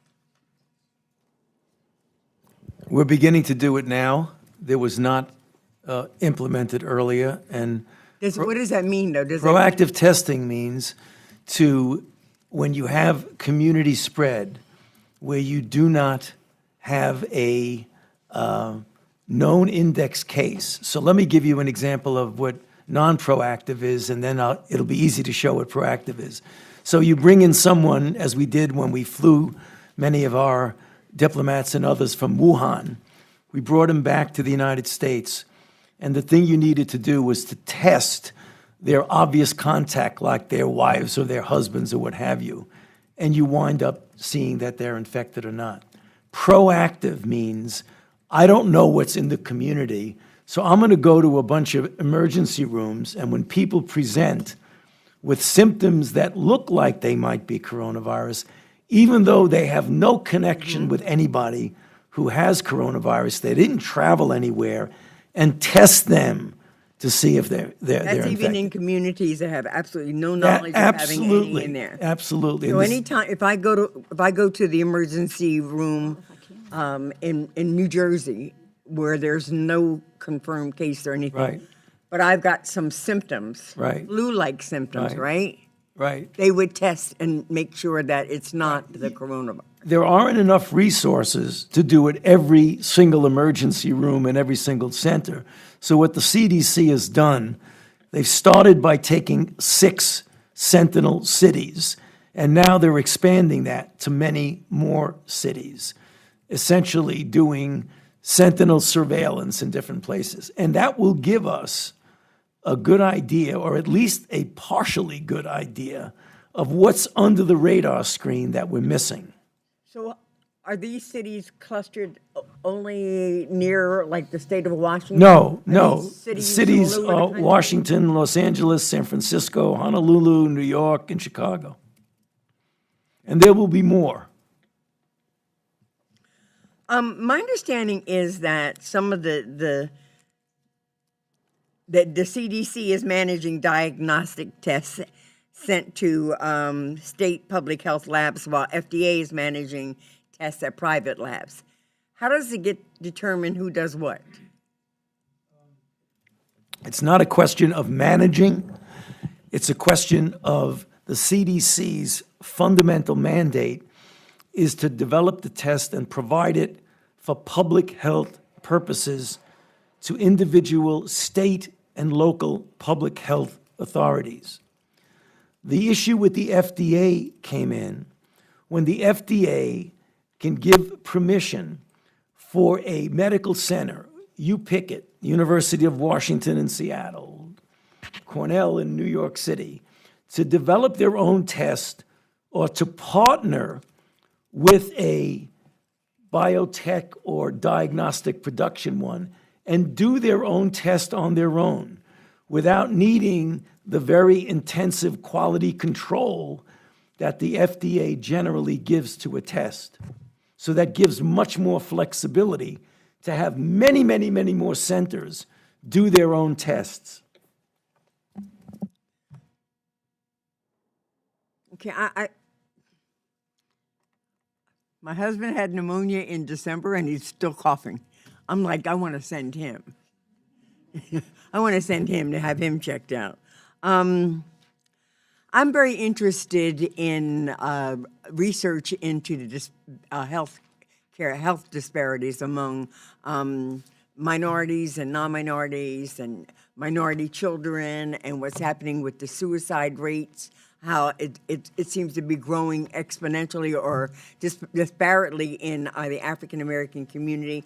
And I'm wondering, the budget as proposed, what is the impact on the institute that would do that kind of research and be able to support those kinds of services? So as we mentioned earlier, when NIH is faced with resource constraints, we try to identify what are the most high priority issues and try to protect those, even if it means that we have to cut back in other places. I totally agree with you. The question of health disparities, and especially something as heartbreaking as suicide, has to be a very high priority. And the National Institute of Mental Health, who's not represented at this table, has a big investment in that space, and particularly trying to understand, are there ways of identifying who's at risk and making an intervention before it's too late? And we're getting closer to that, and even using things like machine learning, taking advantage of what happens, because everybody's carrying around a cell phone. There are indicators in terms of people's reduced social interactions that they are perhaps in a depressed state that you would not have otherwise known. A lot of that research now going on, and it's very appropriate to focus particularly on the health disparity part of it. May I make note that we did, I'm sorry, is that my 33 seconds? I yield back. I have other questions regarding this issue. Thank you. Thank you so much, Madam Chairwoman, and thank you all, this incredibly esteemed panel. Dr. Fauci, I am hearing a lot from hospitals in my state, in Massachusetts, who are feeling under-resourced and unprepared for the coronavirus. Can you tell us a little bit about as we are anticipating moving from containment to mitigation, how we are going to help with the hospitals around the country? Uh-oh. Was that a response? Yeah, that was. So when you say we, you're talking about the United States government. So I mean, I can't. NIH and CDC. Well, the NIH is not going to be able to do anything there except make as quickly as possible the results of the research we do to be able to be deployable in places like Massachusetts. The CDC works very closely with state and local health authorities. And that's one of the reasons why I think you're going to see, and I don't know what it's going to be, is that there are going to be resources that are going to have to be forthcoming to go. And I understand there's a supplemental package being run through. I don't want to address that, but that's one of the ways to answer the question, is that the states, Massachusetts including, are going to need some help to be able to implement the kinds of things that I think are going to be needed. Looking at Massachusetts and this entire health crisis, one of the things I'm glad about is that Massachusetts has a very high number of insured people. Right. That does not hold true across the country, and I am concerned about how our health insurance policy plays out in something like this. Can you tell for me where you see the gaps and what's most immediately obvious to you about what we can do to redress it? Yeah. Sorry, that's a very good question. And because of that, most recently, it must have been the last couple of days, they all seem to match into one these days, but a couple of days that the director of the CMS has now been made a member of the president's task force. So that person is there. Those questions came up, exactly the question you're asking, came up at the task force meeting last evening, and that is going to be addressed. I don't know what the answer to it is because that's not my area, but it clearly came up, just like you said, that some states, some territories, some regions have good insurance, good care, and others don't. So how are we going to get the tests equitably distributed, not based on whether somebody can pay for them or not? Yeah, it pulls in our paid family leave policies, all these different things, and we don't expect the CDC to take on that whole policy agenda, but they're so intertied. And I hope that the task force will also look at immigrant communities. If we cannot get immigrants to fill out a census because of fear, how are we going to get them to access health care for their children and themselves? Again, a very good question, because that also came up at the task force, and from what I'm hearing, that's not going to be an impediment. Right. Excellent. We will wait and see.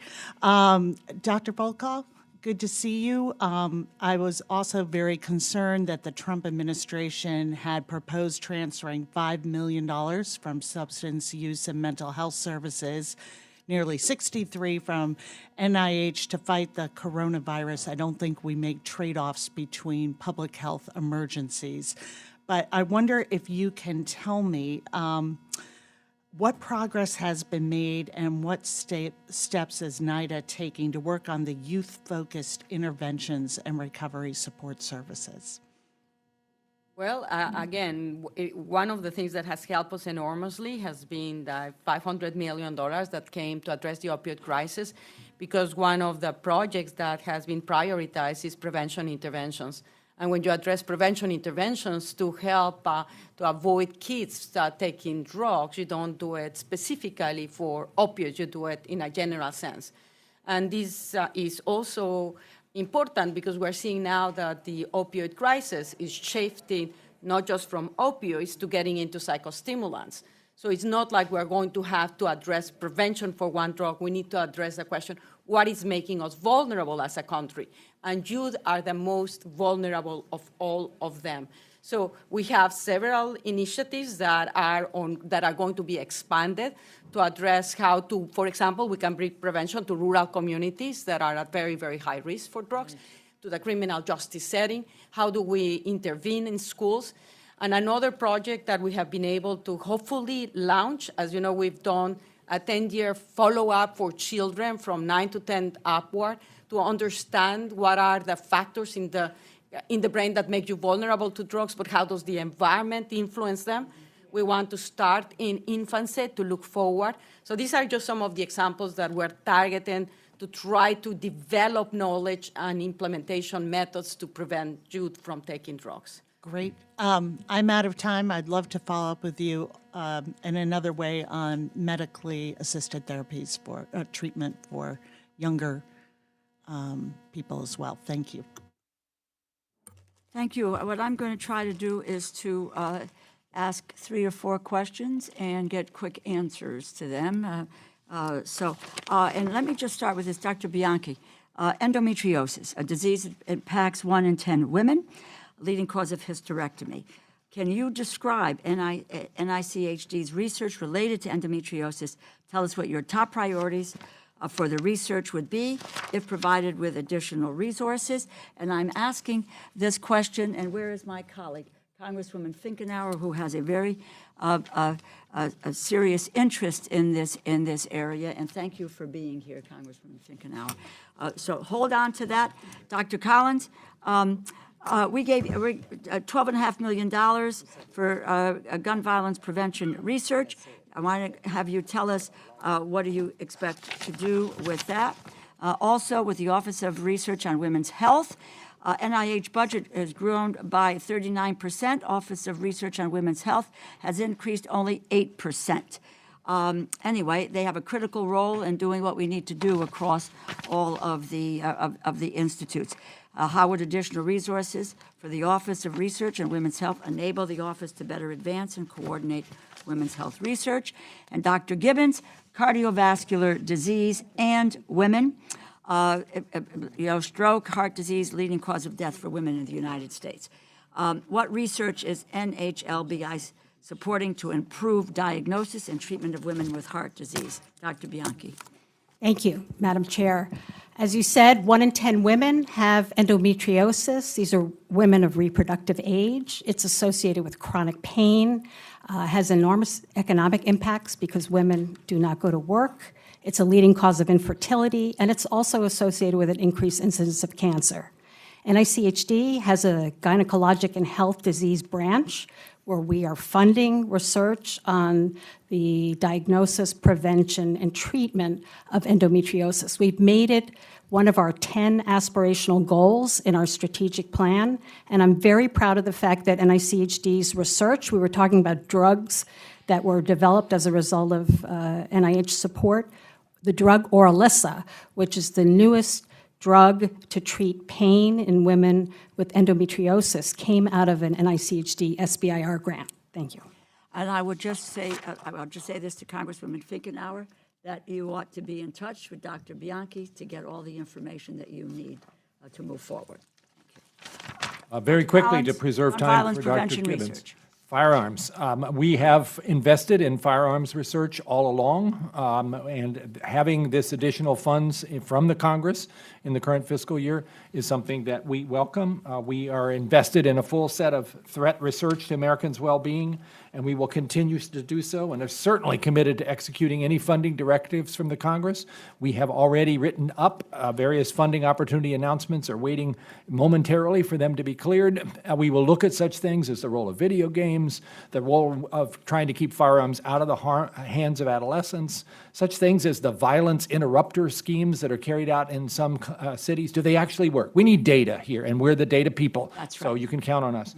You asked about ORWH, the Office of Research on Women's Health, a very important part of what we do. Janine Clayton, who's the director of that, is a wonderful catalyst. But let me emphasize that while the funding of ORWH is modest, it's about $43 million, right, the overall funding for women's health research is about $4.4 billion. So it's reflective of the way in which this, in fact, involves all of the institutes. Right. I'm very, very concerned about the amount of funding to the Office of Women's Health Research. I understand it's being done, it's cross-cutting, but this is something that many, many years ago we identified as something critically important, and I want to make sure they're getting the resources that they need.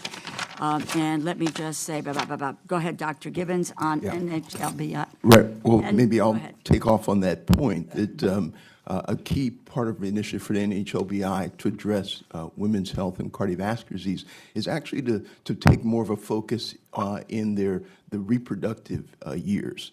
And to do that, we recognize that a leading cause of maternal morbidity and mortality actually relates to cardiovascular disease, particularly women over the age of 30 in their reproductive and childbearing years.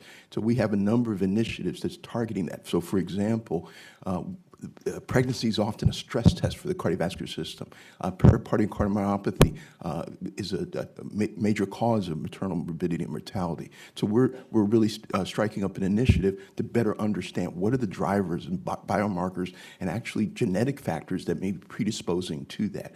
Similarly, we're trying to we recognize that women who have adverse pregnancy outcomes often have a long-term trajectory of increased cardiovascular risk. So we have the new moms-to-be health heart study that's following up over time and recognizing that there may be interventions we can do to change the whole trajectory of those women. Mm-hmm.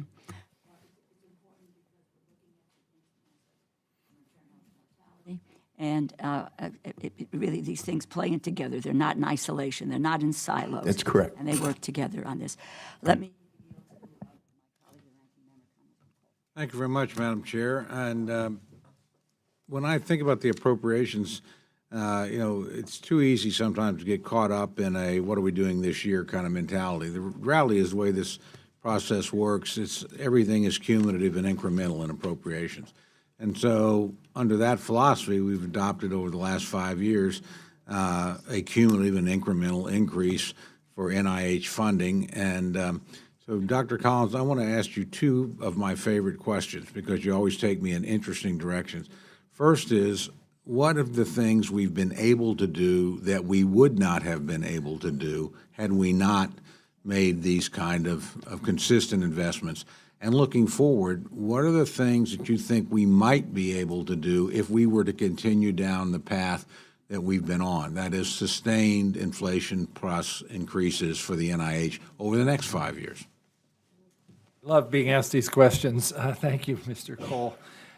The way in which this 5 years of steady increase has influenced things is perhaps most dramatically visible in what we've been able to do for early stage investigators. Back in 2015, we funded 600 of those grants in 1 year, and that was not nearly enough, and people were getting pretty concerned whether they had a career path. This past year, we funded over 1,300 of those, more than doubled this investment in the next generation of talent.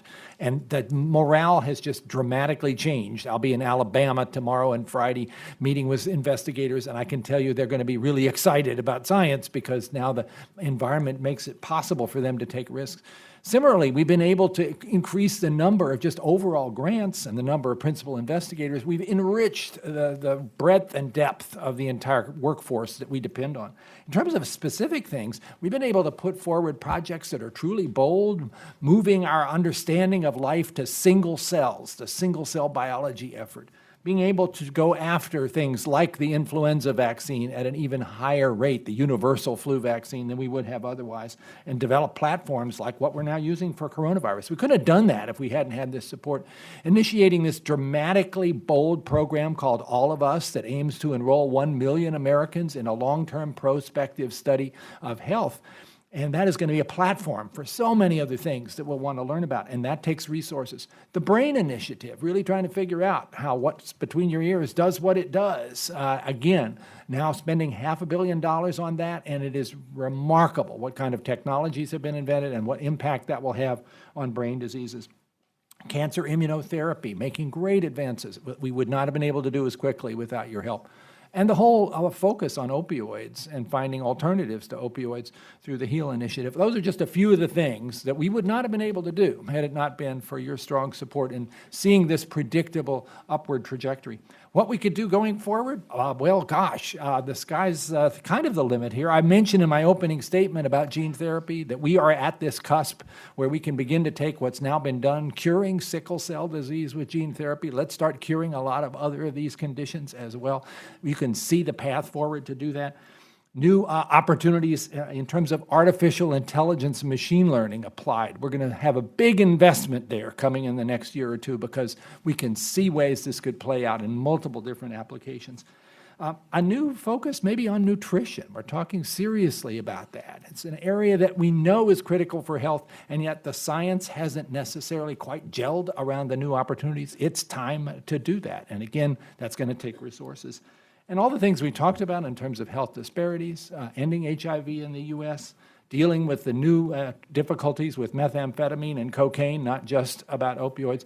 Those are all in our minds as visionary things that we can accomplish with this kind of path being continued. So I really love the question. And everybody at the table would have their own answers, but I guess I kind of gave you a bunch of mine. Well, Mr. Sharpless, on cancer, what would your answer be?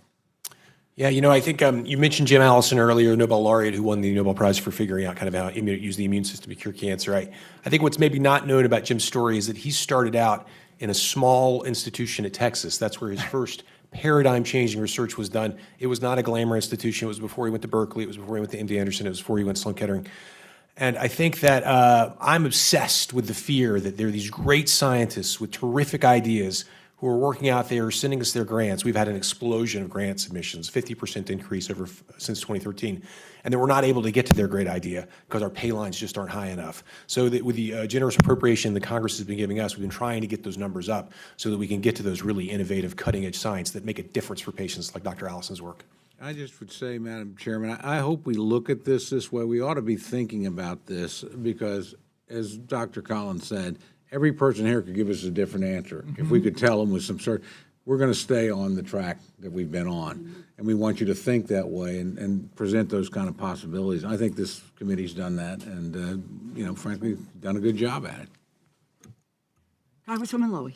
Thank you very much, and I want to take this opportunity again to thank you all for your extraordinary work. I came back because I wanted to get back to the whole issue of e-cigarettes with Dr. Gibbons and Dr. Volker. With all the information out there, it's not penetrating the kids. And the rising rate of e-cigarettes among young people, as you know, is startling. When I look at the numbers, 64 people died, nearly 3,000 were hospitalized last year with vaping, respiratory-related illnesses. Now, as I understand it, many but not all of these cases were attributed to vitamin E acetate, long-term impacts of vaping, but concern is growing that there could be long-term health consequences, heart disease, stroke, cancer. In the couple of minutes we have, I'd like to hear from both of you. What can we do about it? And if you have any ideas, it would be welcome. I just see these numbers increasing on college campuses exponentially. Yeah, and one of the things that we don't necessarily recognize is that these vaping devices are very high technology for delivering drugs in ways that make them very, very rewarding and addictive. So you can actually deliver huge quantities of nicotine in much higher concentration than what you normally do with combustible tobacco. As a result of that, what we're observing is in the past where a kid will take several months to escalate, now we're seeing this escalate in a couple of weeks. And that is also associated with toxicity, but much higher risk of addiction. And that's what we're now facing. And the numbers speak for themselves. One of the main reasons, which was not even recorded in the past, but why teenagers are saying that they are vaping nicotine, is because they say they are hooked to it. So they have done that transition very, very rapidly. And I think that the message is that it's urgent that we do interventions to prevent it. We need to stop it, because otherwise we will go into tobacco smoking again, for the one hand, but also all of the points that you're saying that I will let my colleague Dr. Gibbons address. We don't really know what are the consequences of delivering this vaping into your lungs, as well as other organs. So, but I will rely on. Yeah. So you clearly raise an important area of concern. Just last summer, obviously, you're describing the cases of e-cigarette and vaping-associated lung injury that really started to explode as a sort of a new epidemic and mysterious illness. We didn't know why people were presenting with hospitalization, shortness of breath, and other symptoms until we got these history of vaping.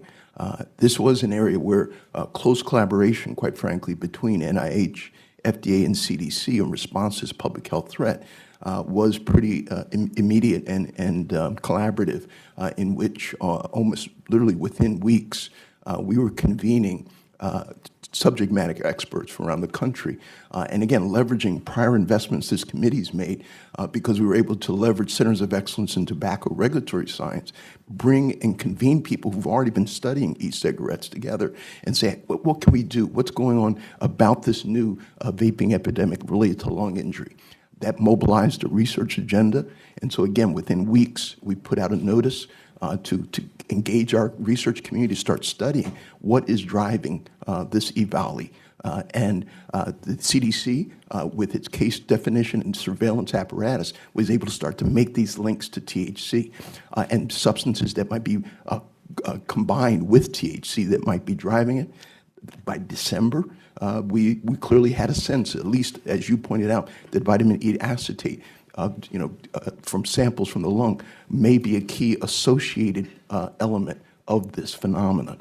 And again, related to the researcher community that we established, investigators were already beginning to study and get the causal link between vitamin E acetate and study in animal models. And in fact, just the last couple of weeks, it was published in the New England Journal related to NHLBI-funded investigators in Roswell Park, that indeed just giving the vitamin E acetate through a vaping device, at least in this mouse model, was able to recapitulate a lot of the lesions seen in patients with EVALI.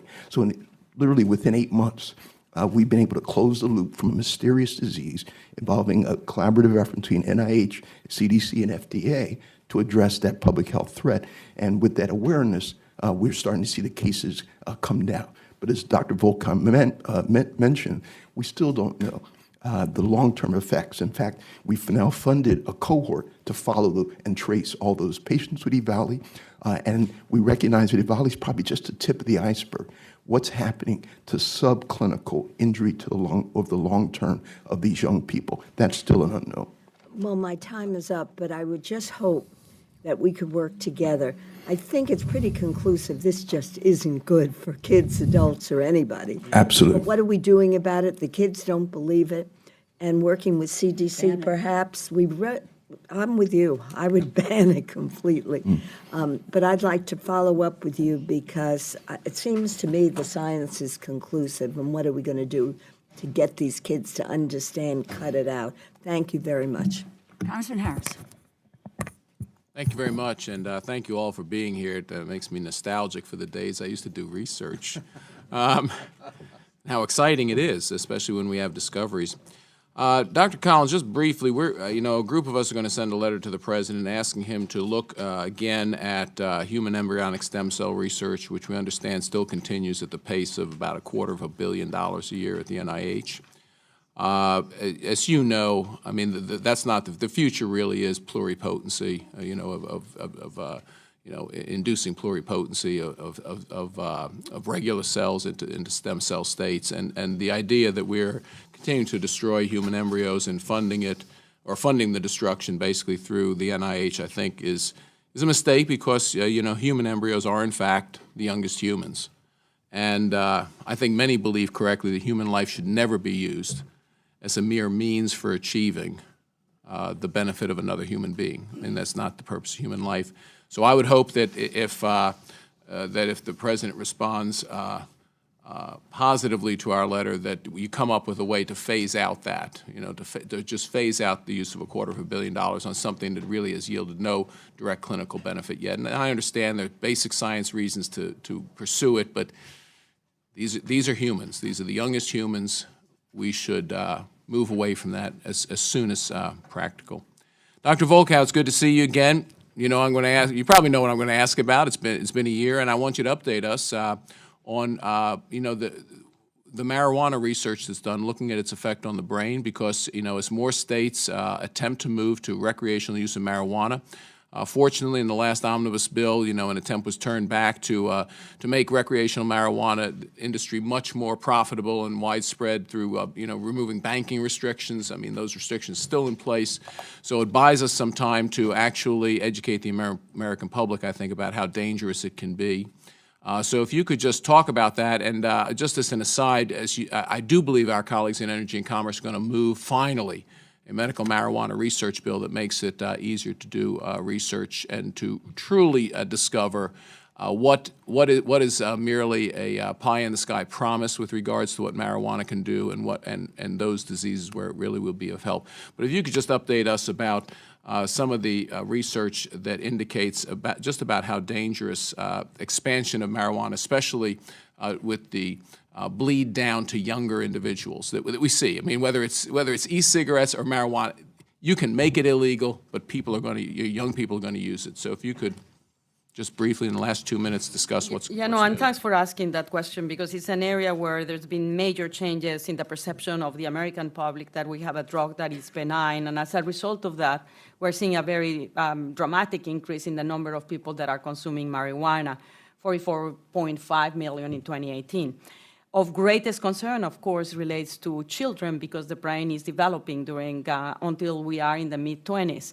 And the endogenous cannabinoid system, which is the one that's basically stimulated by marijuana, is crucial in enabling that development, including migrations of cells, how cells communicate with one another. So what the research has shown is that kids, adolescents consuming marijuana, and there is a dose effect, are much more likely to show disruptions in terms of structure and function of the brain that appears to be associated with cognitive impairments. The criticism that has been done of those studies is that they've looked at it retrospectively, which is the reason why we're currently doing the ABCD study that is looking prospectively to address specifically that question objectively in ways that cannot be challenged. What also has emerged very clearly, and this is from studies that have come across all of the world by independent nations, is that the use of marijuana with high content THC is associated with a greater risk of having psychosis. Now, the big question is this acute or chronic psychosis? And there is now data to show, there's unequivocally that high doses of THC can make psychotic any one of us. Chronically, now the data indicates that it does increase the risk that you could develop a chronic psychosis, whether you have the genetic vulnerability as we recognize it now or not. So, and this again highlights why we need to provide information to the public so that they go with their eyes wide open when they make decisions of taking drugs, but importantly, when we make policy decisions. Thank you very much. I yield back. Congresswoman Lee. Thank you very much. Dr. Fauci, of course, we've worked together for many years on HIV and AIDS, on the epidemic. I co-chair the bipartisan Congressional HIV/AIDS Caucus, and we're still working together in a bipartisan way to make sure that we have the resources to address this epidemic. We're at the tipping point now in the field of HIV research, including vaccine development. So just like to ask you if you have kind of an update on the future progress in these areas in terms of vaccine, HIV and AIDS. Secondly, I'd like to ask you just in terms of the coronavirus, has it hit a pandemic level or not? And how do we explain to our constituents the difference between an epidemic and a pandemic? And I want to find out, as serious as this is, how do we make sure that the public, well, I think we're doing a good job in explaining how to prevent the transmission of the virus. But given that there's a 2% in fatality rate for this virus and it's impacting people who are elderly, I wanted to find out, do you think that, from your perspective, that 2% is accurate right now in terms of fatality rates?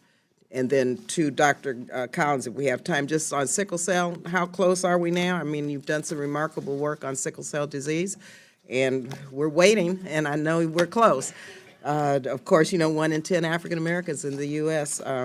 Have sickle cell, well, at least the trait. And so wanted to just see how close we are and how we are doing as it relates to identifying the trait early enough where those who have diabetes recognize that the A1C test is not accurate or could provide false results. Dr. Okay, so I'll be really quick because you had a lot of questions. So vaccine, as you know, we had a disappointing situation with the vaccine trial that was finally looked at by the DSMB in South Africa, which was called HVTN 702, which was using the model that we used in the Thai trial, and they showed, you know, safety, no deleterious effect, but no efficacy. There are 2 other major trials that are going on, one in Southern Africa, one in the Americas and Europe, Those trials, we won't have the data on them probably for at least another couple of years. They're using a different concept. They're using a different vector. They're using a different protein, and they're using a different adjuvant. So I can't give any prediction of what it's going to be, but simultaneous with that, there's another whole effort on HIV vaccines using structural biological approach to get the right conformation of an immunogen to induce broadly neutralizing antibodies, which are the gold standard of protection against viral infections. So there's still a lot of good work going on, but we did have a disappointment. Number two, the word pandemic, there are many, many people who have different descriptions and definitions of what a pandemic. Pan being all means widely distributed. The WHO has not declared this a pandemic yet because they haven't had very sustained transmission throughout the world. So technically, it's not a pandemic. It will be up to them to make that declaration. Next, the 2% mortality. A report just came out today that when they looked at the totality of the data in China, mostly because 90+% of the infections are in China, it was somewhere around 3%, up from the 2%. The percent mortality will depend on what the denominator of number of cases. So if you're not counting every case, then the mortality would be high. If you're counting a lot of cases that are subclinical, the mortality will become low. But no matter how you slice it, it's many, many, many more times lethal than the influenza that we get in a season, particularly for the elderly and those who have underlying conditions, because most of the deaths and the hospitalization, the mean age is like 70. Dr. Collins, quickly. Very quickly, and my colleague Gary Gibbons is very much in the lead of this effort. We have a whole Cure Sickle Cell initiative that NHLBI is leading. And the good news is here, we now have at least 3 clinical trials that are using gene therapy for sickle cell disease that appear to be working and working dramatically. They're very high tech. They require very specialized technology and hospital services. So it's not quite ready for broad extrapolation, but we are going to see, I think, in the next few years, sickle cell disease becoming one of those conditions that we can actually cure. In fact, we have started a new initiative with the Gates Foundation to figure out how we might extrapolate that to sub-Saharan Africa, which is where most people with sickle cell disease live. And it would be unethical, I think, at this point to say we're fine because we figured out how to do this in a high-tech environment. We have to figure out how to do it in a low-resource setting as well. The interaction with A1C and sickle trait is now well recognized, I think, by many physicians. It was a very significant JAMA publication that laid out exactly the data about this about a year ago. So I think there has been a recognition that this has to be paid attention to when managing diabetes with somebody who has sickle cell trait. Thank you very much. Congresswoman Clark. Thank you so much. I was delighted to hear this morning the story on NPR about the incredible advances, and you did a very good job, Dr. Collins, on injecting a virus into the retina and potentially restoring vision. It's unbelievable, and but I know that there are many concerns also with CRISPR and these technologies after the Chinese scientists edited genes of babies last year. So I know there's great work going on about putting up the sort of ethical guardrails that we need. I wonder if you can tell me what steps NIH is taking to protect patients and mitigate wrongdoing as we continue to push the boundaries of science and medicine for amazing cures. Well, this is an area of intense interest for all of us. And it is this remarkable circumstance where the application of CRISPR-Cas, so-called gene editing, for many different genetic diseases, and you mentioned the one that was just reported about this morning, which is a cause of blindness, is one of the most exciting things that's happening right now in terms of research. Let me make it clear. Those approaches basically approach a way to fix the spelling of a misspelled gene somewhere in the body, but it doesn't get passed on to the next generation. It's non-hereditary. What happened in China was an intent to actually make this kind of change in an embryo, which would be what you call the germline, of the hereditary changes. And we all agree that that is utterly inappropriate at the present time. There's so much we don't know about that, so many risks, so many theological and philosophical consequences to beginning to change our own instruction book. We at the NIH would not support that. In fact, that would be illegal in the United States, that kind of embryo manipulation. The World Health Organization has a high-level panel that is looking at this, and we wait for their recommendations, and so far they've also come down quite strong on this. Our National Academy is Do you know when you engaged as well. expect that recommendation? The WHO recommendation, I think probably in the next few months, sometime during this calendar year. From what I hear, they're beginning to close in on some sort of conclusions. Again, WHO has a challenge because they've got to get all those countries to sign on to it. So there'll be a draft, and then we'll sort of see what happens. Certainly in this country, that would not be something we would do. But at the same time, there's all this promise. If you don't deal with the hereditary applications, but what we call the somatic cell part, where you're dealing with the eye or the liver or maybe the brain for a child who has otherwise an untreatable genetic disorder, this is potentially enormously exciting. We have a whole program at NIH in our Common Fund trying to develop the ways to deliver that gene editing apparatus safely to the tissue where you want it to go. Because it's one thing you know how to do it in a cell culture, but in a person, how do you actually send it to the right zip code and have that result happen safely and effectively? There's a lot going on in that space, and we made a pretty big investment. For me, who's a geneticist, there are these 7,000 genetic diseases waiting for some kind of solution. This is a scalable approach that might actually work, not in the next 100 years, but maybe in the next decade. But we have to work really hard to knock down all the barriers. Thank you. Dr. Sharpless, it came to my attention recently through Cracker Jack staff that 20% of cancer trials fail due to insufficient patient enrollment. Because there are barriers as restrictions on eligibility, access to transportation, et cetera, ability to take time off work. What efforts is NCI undertaking to enhance clinical trial recruitment and operations at smaller community sites that may not traditionally be engaged in clinical research? Yeah, I think a really important topic. Clinical trials accrual is sort of the whole foundation rests on being able to accrue patients. And we have so many trials and so many great ideas in cancer, but if we can't test them, then we really can't make progress. So fixing this problem is an intense focus for the National Cancer Institute. I think one big issue is, trials in prior era were designed poorly. They were designed to be done at, tertiary care centers only, and not to be done in sort of the other sorts of environments, and required, just a process that was bad. And so one of the things that's happened over the last few years is a real focus on these sort of basket trials that can be done in the community. So the NCI Match trial accrued 6,000 patients at 11,000 sites, for example. We have this in-core network that has these sites that allow people to accrue to trials in the community. We know that being on a trial provides better care and also provides a more diverse population on the trial, so it's really important. And lastly, I should mention we have made it a crusade to get rid of these arbitrary and somewhat silly eligibility enrollment criteria that keep people off trials, like HIV positive or treated brain metastasis or things like that. So we working with others in the community, in the oncology community, have tried to make trials simpler and more doable in the community. But it's still an area where we need some improvement. Great. Thank you so much. Congresswoman Frankel. Thank you again for being here. This has been terrific. And so I have three questions. Okay, number one is I had read a report or a study that women are feeling like doctors are dismissing their complaints.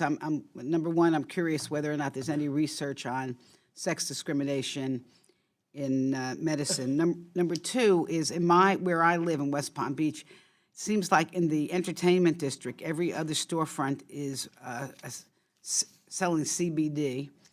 Florida's also legalized marijuana. So I'm just curious whether or not there's any research to show that either CBD or the marijuana is medically effective. And then my third is back to my grocery store questions on coronavirus. I know you're not supposed to touch your face, but is it any part of your face, or where are the germs going? and if someone gets quarantined, how long do they have to be quarantined for? And can there be repeated quarantines? I mean, I guess The better question is, do you think this is going to be a widespread issue in our country? Sex discrimination first. Yeah, yeah. Dr. Bianchi.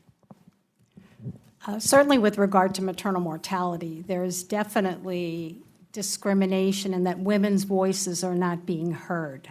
And that is one of the aspects of the Improve initiative that we want to address. That's the community-based initiative. We know that there is not only dismissal of women's voices, but also there's infrastructural racism. And we are definitely including that as part of this overall initiative. Like CBD and marijuana. We know that there is evidence from CBD to be effective for helping to treat seizure disorders in children, Dravet syndrome, and that has led to a medication. Otherwise, there are no other FDA products approved for CBD, but there is interest with respect to its analgesic effects. There is interest with respect to its anti-inflammatory effects. And we also definitively are interested and are evaluating its potential therapeutic value to help treat different types of addiction, including opioid addiction. When you say interest, does that mean there's research being done? Or research is being done. Okay. We're funding researchers to do this, both in animals and in humans. And with respect to the THC, the information is more limited. There is some evidence that it could be beneficial for multiple sclerosis, for spasticity from multiple sclerosis, also for pain indications. And otherwise, the evidence is not very good in terms of its potential benefits. But researchers are doing studies, and we're funding researchers to do studies on PTSD, for example. Could it have a value? All right, back to the coronavirus. Yeah, touching your face. So, first of all, how do the germs get in you? okay, so first of all, you asked a question about touching your face. Yeah. So the public health ways to avoid getting coronavirus are very similar to those to avoid influenza. And that is, particularly as simplistic as it sounds, washing your hands as frequently as you can.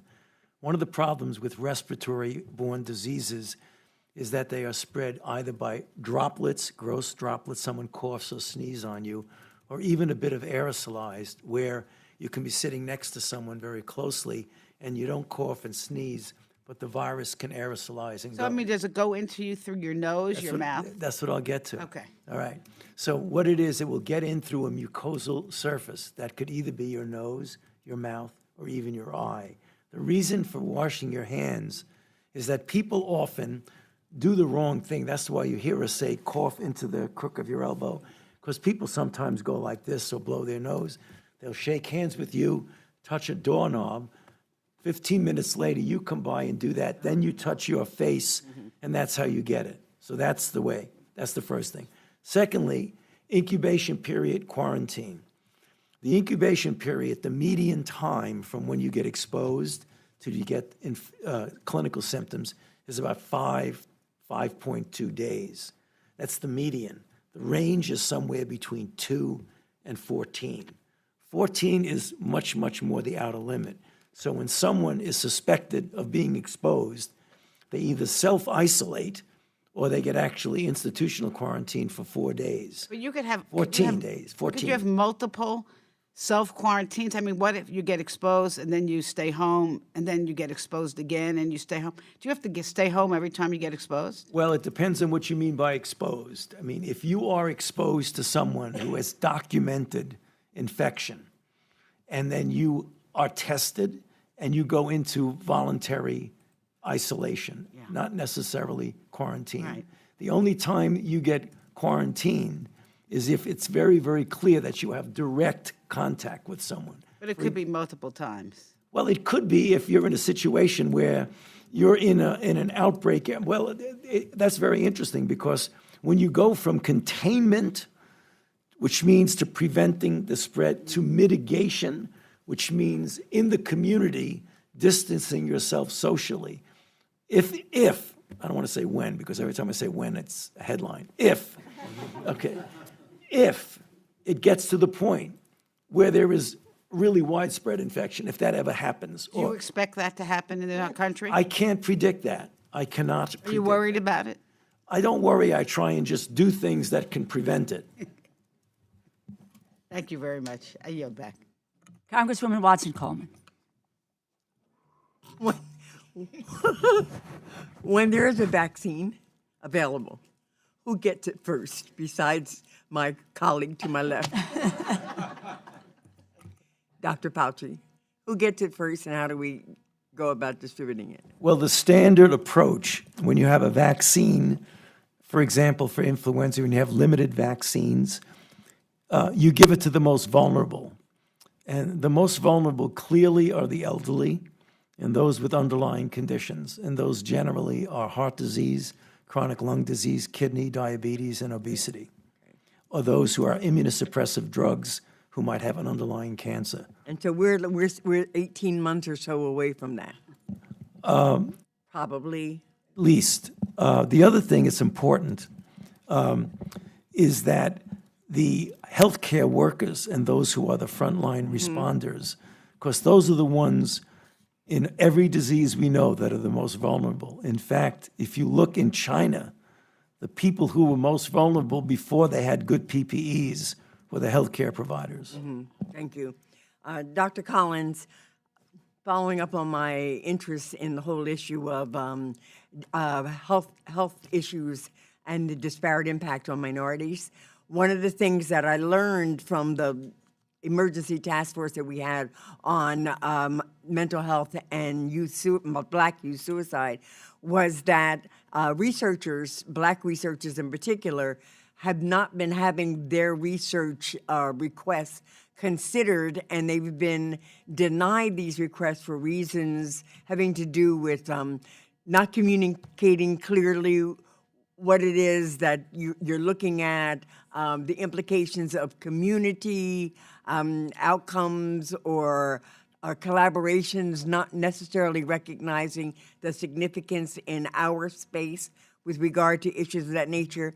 One of the things that one of the institute directors talked about was having more workshops, having more input from black researchers into what would be considered and whose grants and stuff would be considered. What are the things that we can do to ensure that researchers of this nature are getting an equal opportunity to do the research that's important for the disparities that exist in the minority communities?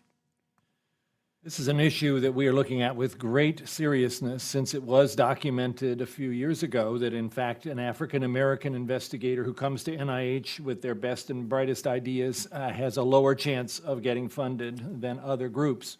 And that's very disturbing to look at, and there were many hypotheses about what might be involved. I think we've not completely sorted out all the reasons, but we've discovered a number of them. And certainly part of this issue does relate to, I think, the fact that oftentimes African-American investigators may not have been in as a strong position to be able to put forward a grant application because the lack of mentoring, the lack of opportunities to sort of be involved in networks, which may be a natural thing for others, but for minorities, not so much. And we're working very hard on ways to do a better job of mentoring with something like the National Mentoring Research Network. We also identified the fact that there are different areas of research where minorities tend to migrate, and health disparities research is one of those, and you can see why that is. That's oftentimes a passion for somebody who gets into research who comes from an underrepresented group. They want to work on understanding why their communities are not being as well served. And yet it is clear that some of the research that goes on in that space doesn't fare as well in our peer review system, regardless of whether the applicant happens to be a minority or not. So there's some action there that we need to take. We're still trying to sort this out. There was a paper we published a few months ago about this, which got a fair amount of attention. We're continuing to do the analysis to see what else we're missing here. We are determined to sort this one out. Well, I'm glad. I am both a co-founder of the Congressional Caucus on Black Women and Girls, and we're interested in those things that impact individuals, particularly because of the intersection of their gender and their race, and as well as the interest in what's happening with our children and mental health disparities and things of that nature. Big issues in my community. So I thank you for the work that you're doing. I look forward to the work that you'll be doing in the future. Thank you. I yield back. Thank you. We are going to do a kind of a third round here with 3 minutes each. But I wanted to let you know, I've just been informed, I do not know what the dollar amounts are, but it would appear that the House and the Senate, Congressman Cole, have come to an agreement on the supplemental. God's in his heaven, all's right with the world. Yes. And so we just got that notice, and so we will be, that word will be getting out about dollar amounts, et cetera, et cetera, et cetera. So again, yes, wonderful. This is where we need to go. I am going to do my rapid fire piece here again. Just this, Dr. Gibbons, status update on NIH's efforts on a commission on lymphatic diseases, okay? NCI, you talked about lots of activity in the area, Dr. Sharpless. Tell us a little bit about what's driving the interest in cancer research, because you have so many more. I would love to know at some point, maybe I'll just sit and talk with you about where we stand with ovarian cancer and finding a marker for ovarian cancer. Universal flu vaccine, update, Dr. Fauci. If we could provide additional resources in 2021, how quickly might we move to some success there? And Dr. Collins, the NIEHS, in past emergencies, it supported training for workers, for healthcare workers, airports, correctional institutions, et cetera. Just a quick overview of their worker training activities in recent public health emergencies, H1N1 flu, pandemic, Ebola, and how could they support what we need to do for this current COVID-19 outbreak. So, status of the Commission on Lymphatic Diseases. So lightning round. Right. Lightning round. Exactly. Right. So you hit on an important area that's often debilitating, disproportionately affecting women in lymphedema. We have established a task force that is trans-NIH that is focused in on this issue. Certainly, it's one where we spend at the NHLBI over $20 million a year in that space, along with, again, many of the other ICs contributing even more to that collective effort. One of the key areas that I might note in particular is part of the cell atlas that Dr. Francis Collins described, in which we're able to get single-cell resolution characterization of many cells in the body. One of the key organs, if you will, is the lymphatic system. And so understanding that system, both in normal human health and development, as well as in response to injury and disease, is fundamental to really getting to better treatments We'll have for further that disease. conversations on this, but we did encourage in the last in the omnibus, a national commission on lymphatic disease. So we're going to pursue that with you. NCI, what's driving this interest? First of all, I'd say it's a really good problem. I mean, I think Yes. all these people coming with great ideas, that's what drives science. We've got to be able to fund them, too. It's probably a lot of things. I think the National Cancer Center program plays some role. I think our low pay lines, frankly, people just write more grants. But the main one, I think, the really inherent one, is the exciting time in cancer research, this scientific progress. Yeah. I saw this at the FDA when like 30% of the business in terms of new approvals and devices and drugs were cancer-related products. I see this in big pharma. I see this in basic science.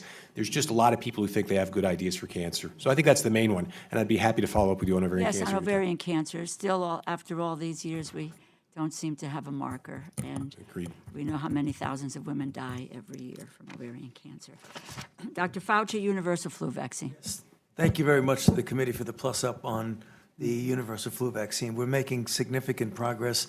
As I mentioned last time, the first in human phase 1 trial for a universal flu vaccine for the group 1 influenzas, which is a whole cluster of influenzas, went into clinical trial. It was successful. It showed to be safe, and it showed to be immunogenic. We will start very soon a phase 1 trial for the group 2, which is the other whole group of influenzas. So we're really moving along very, very quickly. By the end of the summer, we'll be able to go into a phase 2 trial. That's going to be important because that's going to involve hundreds, if not a couple of thousands of people. And we will need the resources that you gave us to be able to do that phase 2 trial. Thank you. And I would assume additional resources to Yes, speed indeed. that process up. No, I mean that you're going to give us. Yes.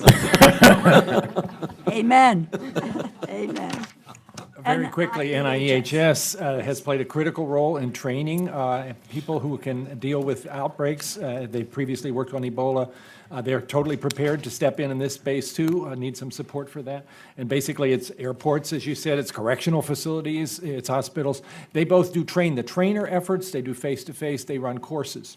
You mentioned that you need some help with that. Can we be instrumental in pushing for NIEHS And again, to be engaged and involved in the training? Which I'm is curious in everybody's looking in the concern supplemental and see whether there's a way that this can be factored into that, Okay. because we're going to need a lot of training for people who aren't quite prepared for this yet. about. Okay, thank you.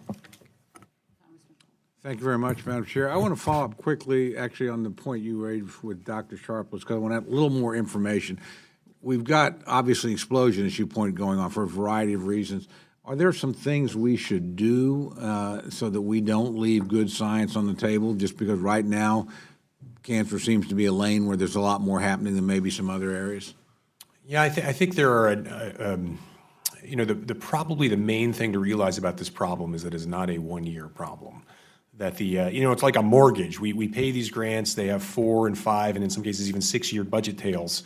And so when we invest in the RPG pool, in this pool of grants today, which goes up 3, 5, 8% every year at the NCI over the last 5 to 10 years, then that has out-year costs for us that are quite significant. And so that provides some hesitation on the part of the NCI to be good stewards of our, if we overinvest today, we could have a real problem 3 years from now if we're not smart about it. So the realization that this problem is not going to be fixed this year or next year, that we expect that we're going to get these increased number of grants for a while, because there are people that have a lot of really great ideas. So I think this sustained commitment that you've provided for so many years is really what the doctor ordered for the NCI RPG pool problem. Yeah, I think that's important. I couldn't agree more. Dr. Collins, the Attorney General's raised some awareness of threats posed by foreign governments that obviously are, particularly the People's Republic of China, frankly, raiding our science or interfering with our research. Can you tell us what your level of concern is on that, some of the measures you might be taking to respond? We are quite concerned. Dr. Mike Lauer, who is the head of our extramural research division, has spent probably 2/3 of his time now on this over the course of the past many months. First, let me say that we greatly depend upon and value foreign investigators, foreign-born investigators who are part of our workforce, the vast majority of whom are honorable, hardworking, incredible contributors. And one thing we have to be careful of is that even as we've identified this as a serious issue, that we don't extrapolate into anything that would look like a sort of racial profiling, which would be a really unfortunate, unmerited, and unforgivable kind of approach. At the same time, we have identified numerous examples, I'm sorry to say, of individuals who have been receiving substantial financial benefits from relationships with foreign countries, yes, often China, without disclosing that, and it is a requirement that they do so. Likewise, we have instances where individuals have shared grant applications that were not even yet reviewed with colleagues in other countries to give them some kind of an edge on developing some new invention. Obviously, that has consequences for intellectual property. We are very serious about identifying those circumstances. You have probably seen in the press some dramatic examples of individuals who have been found to be egregiously against the way that scientists should behave, and have, as a consequence, lost jobs, and in some instances been brought forward for various kinds of criminal prosecution. Again, I think most of the people that you might see in our workforce are honorable, but we are determined, we are stewards of the public trust. If there are instances that are not going the way they should, we will be following up on them. At the moment, we have dozens of these investigations that are currently underway. We're working with the FBI on this, and they've been good partners with us. And we will keep our eye on this and continue to see where the trouble is and then act upon it. I just want to commend you for your vigilance here, and frankly, also for the even-handed attitude. There is a danger here that this could degenerate into a place none of us would ever want it to go. And so thanks for having the focus on the problem, but also thanks for remembering, as you say, most of the folks that are involved in these endeavors are honorable, able, and are serving humanity. So it's a tough problem, but I think you've struck the right balance. Thank you, Madam Chair. Congresswoman Frankel. Well, first I just want to say I want to thank our chair and our ranking member and all our panelists. It is so refreshing, and I think we're blessed to be able to have a bipartisan discussion on health research, and very fortunate to have people of your caliber leading the way. I'm not going to ask you any more supermarket questions, but I just note that I touched my face so many times today that seriously, I'm very worried about the social and economic impacts of the potential of this virus. That's really very frightening, and I'm not going to get into it with you guys, so I'm going to ask you some different questions. Specifically, in Florida, and I also know in the nation that suicides are a big issue. And also, I saw something that it's a leading cause of maternal death. Is that right? That's suicide? No? Okay, I'm glad you say no. But I want to just combine these questions because I'm curious not only about suicide research, but also postpartum depression research. I'll quickly start with suicide and then ask Dr. Bianchi about postpartum because that fits with our maternal mortality topic. Certainly suicides increasing in many different communities and demographic areas are of deep concern, and there are many diagnostics about why that might be going on that relate to people's sense of isolation, which is clearly a growing problem in this nation. We at NIH are aiming to do everything we can to identify the factors and particularly the predictors of who is at risk and what the interventions might be.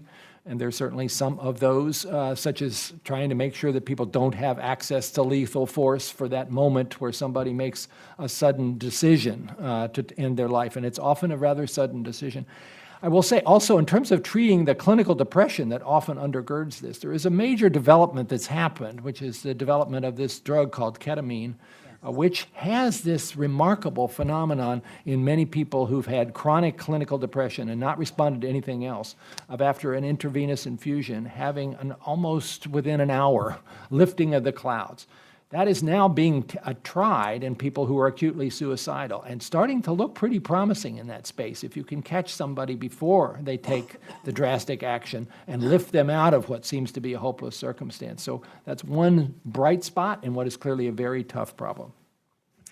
Yeah, so NICHD is funding research that it currently is looking at postpartum women who potentially are at risk for suicide. So the difficulty with the postpartum situation is some of these women have no prior history of mental health problems. So how do you, again, it's this rare issue where how do you know if someone is going to be at risk? So we're funding an investigator who is actually looking and taking a machine learning approach through the electronic health record to begin to identify certain clues in the record. But the other issue is a lot of pregnant women are depressed and they're taking antidepressants during pregnancy. So we need to know, are these drugs safe to take during pregnancy and lactation? And there's an area where I'm concerned because women who are at risk are not taking their medicines because they think it's better for the baby.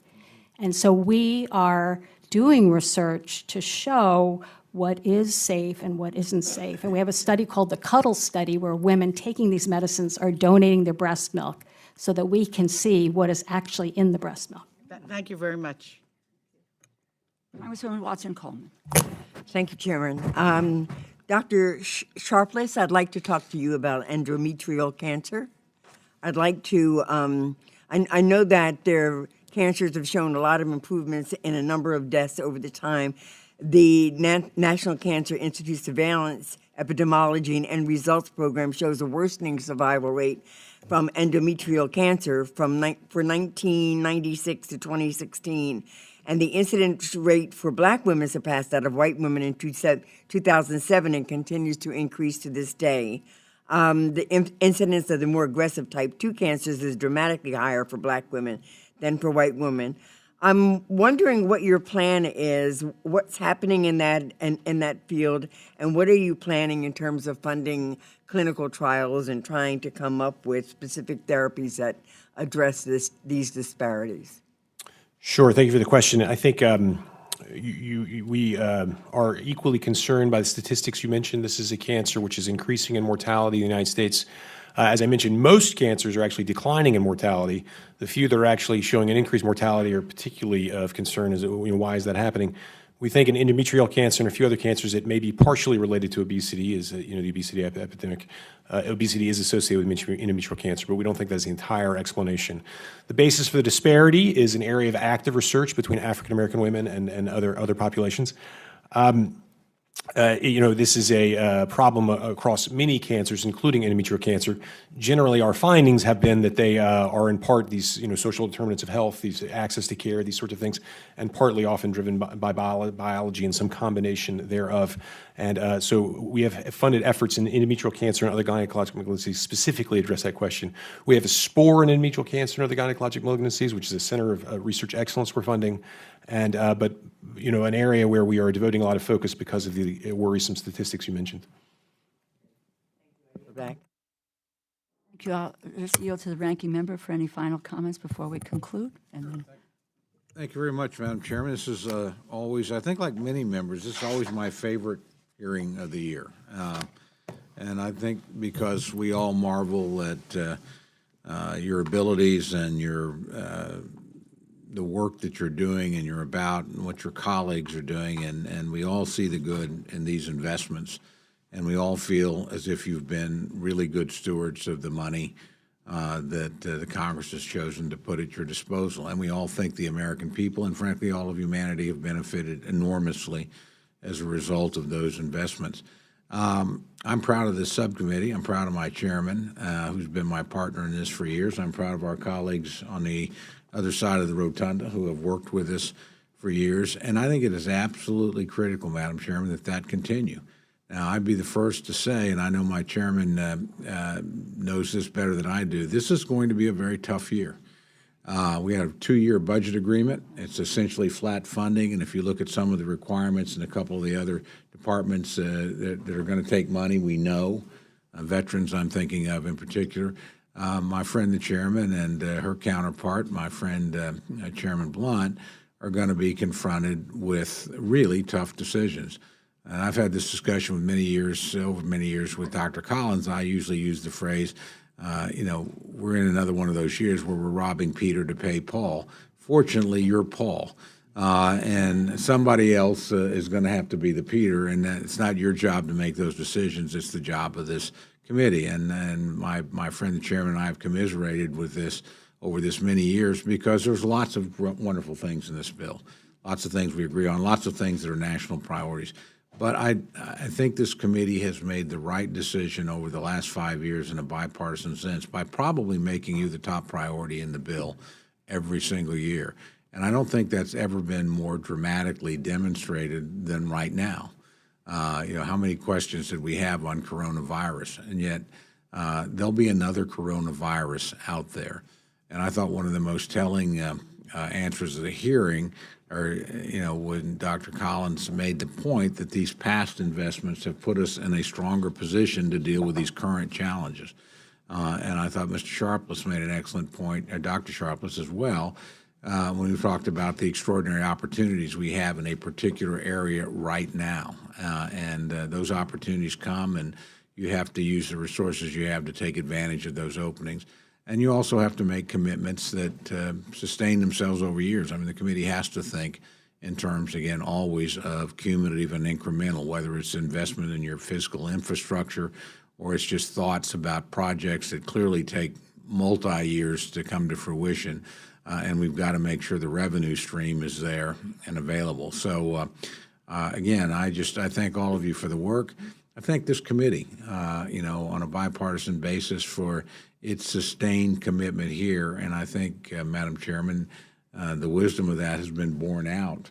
And I hope we can continue that. I know if it was up to you and me, I know it would be continued. And, we're pretty persuasive with our colleagues sometimes, too. We really make a pretty good team here.